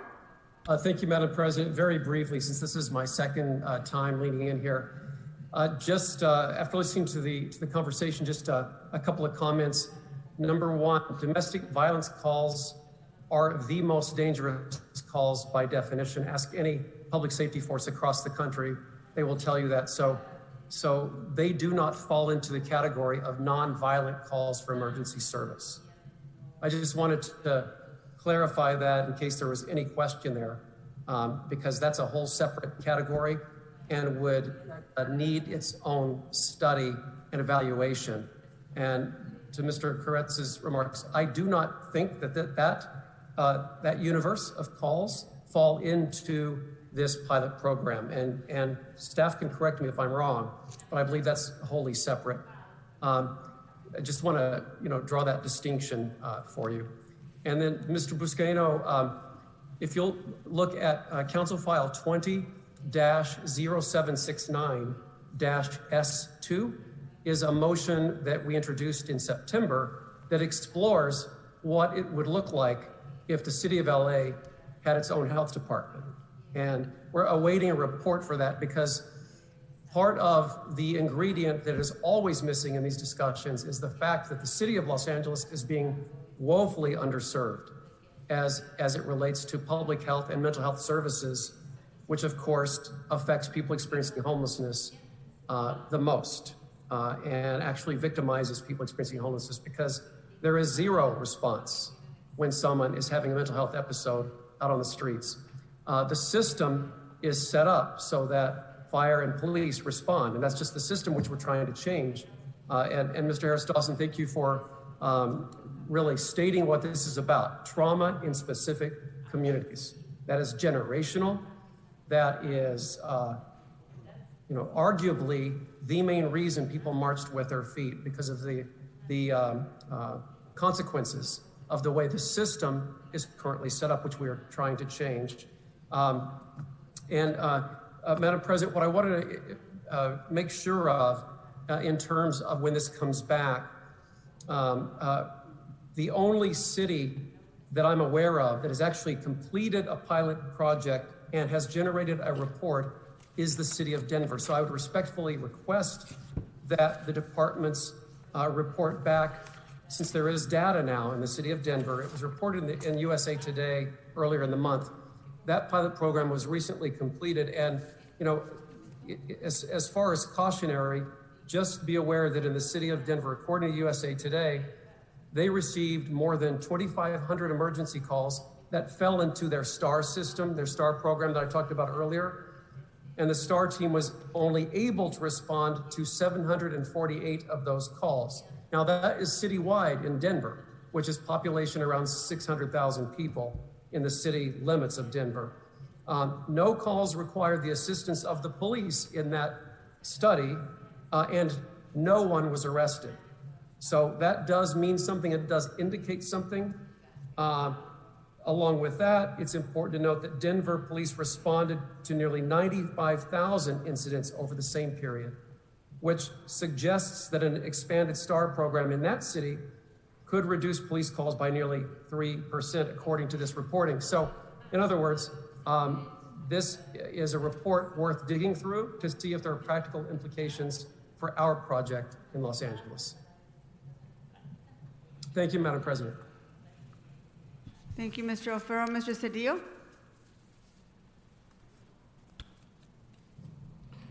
Madam Chair, let me pile on. The comments are much appreciated from my colleagues. They have a rich experience here. I want to pile on specifically on the question of our need for an independent health department for the city of Los Angeles. Those of us who have worked with the County of Los Angeles appreciate the great work they do and the challenges they confront in a landmass bigger than most Central American countries, a population greater than many countries. They have an extraordinary challenge before them. But that challenge could be, in many respects, alleviated if Los Angeles would have its own health department, including a mental health department. Our needs are very specific, urgent, and require us not to be dependent. The challenge for any system we set up is if we send someone out, they're going to be dependent on another organization and another set of protocols, another set of realities. And it will leave us in a position that's incomplete and vulnerable in terms of servicing those constituents. And so we must do and must begin to look at this effort hand in hand with an effort to construct and create our own mental health and public health department for the city of Los Angeles. We cannot be dependent anymore. We are not able to move forward with these initiatives without having the concurrent development of a department of public health and mental health to support this initiative. Thank you. And I do have a few questions myself. I just want to also thank all the original signers on this motion, and I also want to give credit where credit is due. When former council member Herb Weston was on this council, him and I came together to talk about the importance of introducing this motion, so I think he deserves a lot of credit for the initial work and what it took to convene, Mr. Harris-Dawson, you stated correctly, a series of virtual town halls where we got to actually hear from the very people that often don't necessarily have the best experiences with law enforcement. And I think that's really important for us to highlight that not all communities look the same, and they all have different experiences when it comes to their interaction with law enforcement. I think we heard a lot of opinions from across the city, but we got a real sense of how much people are engaged in this issue. The questions that I had for staff is, as you're developing the RFP, are you including outside agencies to help you develop the unarmed crisis response? And if so, what are the criteria in selecting some of these agencies? I believe this. Well, we're going to be primarily contacting, of course, LASA and County Health. And as was suggested previously, we will, certainly reach out to D.D. Hirsch and other agencies like that, to tap into their expertise in developing the RFP. Since we don't do this in a vacuum by any means, so tap into their knowledge and experience, so we can prepare a proposal. So you will be reaching out to some of these agencies, but you don't have a list of them or a criteria, what minimum criteria?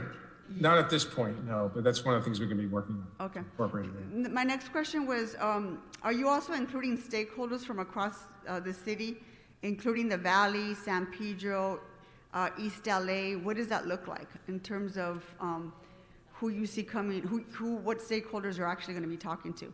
That's one of the things that was important when we first introduced this motion, and it's to Mr. Harris-Dawson's point about those virtual town hall meetings and who we were actually hearing from. Yeah, that's a good suggestion, good idea. Certainly to tap into that kind of a format and setting. This way you can really see and hear what the people have to say, what their needs are and their desires in their community. So we'll probably work with your offices on that because your district's at best, and we would like to tap into your office's expertise on who we should reach out to, and if it is indeed a town hall format. We'll certainly take a look at that. That's a good idea, good suggestion. My last question was, can Cahoots offer any insight on working with minority groups, such as women, people of color, and other diverse populations? If not, how are we going to ensure that the recommendations are actually drafted from an equity lens? How are we ensuring that? Okay. We can certainly dialogue with Cahoots and see what their experiences are, as well as other agencies throughout the country that have established programs similar to this, and tap into that their expertise. That's, if I may add, Ed, that's also part of the lens that we're hoping to look at with LASA and Department of Mental Health, because they do have some additional work that they've done in terms of equity and dealing with different subpopulations. Thank you very much. Is there anything else you'd like to add before we conclude? Madam President. Who is speaking? Madam President, Kevin. Yes, Mr. De Leon, go ahead. I just wanted to add just a couple of, just wanted to thank all the council members for their wonderful questions. I want to thank you, Madam President, for the point that you just brought up. I would venture to say that because Portland is not the most diverse community in America, that whatever Cahoots has is not going to be applicable to a city like Los Angeles. That's majority people of color. So as sort of kind of viewing it through the lens of equity, it should be automatically hardwired, period, not the add-on. I would just suggest strongly to Mr. Ross as well as Ms. Rios. And you're gonna have to really dig in deep on this one. On paper, it's probably not going to be the best model because it's never really worked, given that there's not a rich, robust, diverse community in Portland to begin with. You're dealing not with apples and apples, you're dealing with apples and artichokes. When you come up to the demography and how much more it's acute in a city like Los Angeles, and it goes to Mr. Marquise Harris Dawson's viewpoint, which is very an impassioned plea to deal with what's happening with our reality today, and obviously how Black and Brown communities, when we're dealing with a psychotic episode, when we're dealing with a schizophrenic episode, how law enforcement, deals with it in the clash. So I think that's going to be a little harder to deal with, but it's something that we have to dig in a little deeper on that right there, because models on paper and binders are very different in terms of what the demographics look like in LA. So I just want to thank you, Madam President, for really bringing up that point, because it's really, really important. Thank you, and thank you to the staff for being here this morning. I know these are unprecedented times, and we're all juggling a lot of responsibilities both at home and at work, and having to work from home can sometimes complicate things, but I do appreciate this, and we're going to continue to work with you as we move forward. This council has a commitment to changing the lens in which we see public safety, and we must continue to work to get to a place where it works for all Angelenos, one that actually makes communities feel safer. So I appreciate you being here. Thank you. Members, we're going to go ahead and note and file without objection this item. And Madam Clerk, what's next? Madam President, Council has motions for posting and referral. Motions will be posted on the City Clerk's website shortly after the meeting for the public's viewing. To subscribe to receive copies of today's council motions to your email, please visit clerk.lacity.org. Okay, posted and referred. Members, are there any announcements? Seeing no announcements, are there any adjourning motions? Seeing none. Mr. Carres, do you have an adjourning motion? Yes, thank you, Madam President. Go ahead. I'd like to adjourn in memory of Dennis Shapiro, who passed away a week ago on Tuesday, February 16th in Los Angeles. Dennis was the husband of Susan Shapiro and the father of Lisa Shapiro, Rachel Shapiro, and of Rabbi Zach Shapiro of Temple Akiba in Culver City, who's also the husband of our own LA City Controller, Ron Galperin. A native of Brooklyn, New York, Dennis Shapiro earned both his bachelor's and master's degree at MIT in electrical engineering. He met his wife, Susan, just as she was graduating from Harvard Law School, and for 56 years, the couple shared their lives in Boston and later in Nantucket, Massachusetts, and in Los Angeles. Dennis was dedicated to everything he did, including helping people live more safely, building companies that made a difference, and patenting new inventions. His patents included innovations in motion detector technology and the premier emergency response alert that has saved countless lives and to this day enables elderly people and others with medical needs to live independently. Mr. Shapiro was a member of the James Madison Council of the Library of Congress, serving on its Acquisitions Committee. He was a fellow of the IEE Society of Engineers, serving as chair of the Industrial Advisory Board Committee of its Consumer Electronics Society. He was a fellow and member of the board of the Manuscript Society, a fellow and trustee emeritus of the Massachusetts Historical Society, most recently serving on its Adams Papers Committee, and a fellow of the Explorers Club and a recipient of the FAA's Wright Brothers Master Pilots Award. He was also an avid collector of presidential letters. He and Susan recently donated their collection of some 340 rare documents, focusing primarily on American presidential administrations from the 18th through the earliest 20th centuries to the Huntington Library in Pasadena, creating the Shapiro Center for Advanced Scholarship for American Culture and History through a variety of programs that bring together scholars, cultural observers, creatives, and the interested public to explore critical issues in the American history and culture. In addition, the Shapiro Center awards a biannual Shapiro Book Prize for outstanding scholarship in American political, social, intellectual, or cultural history.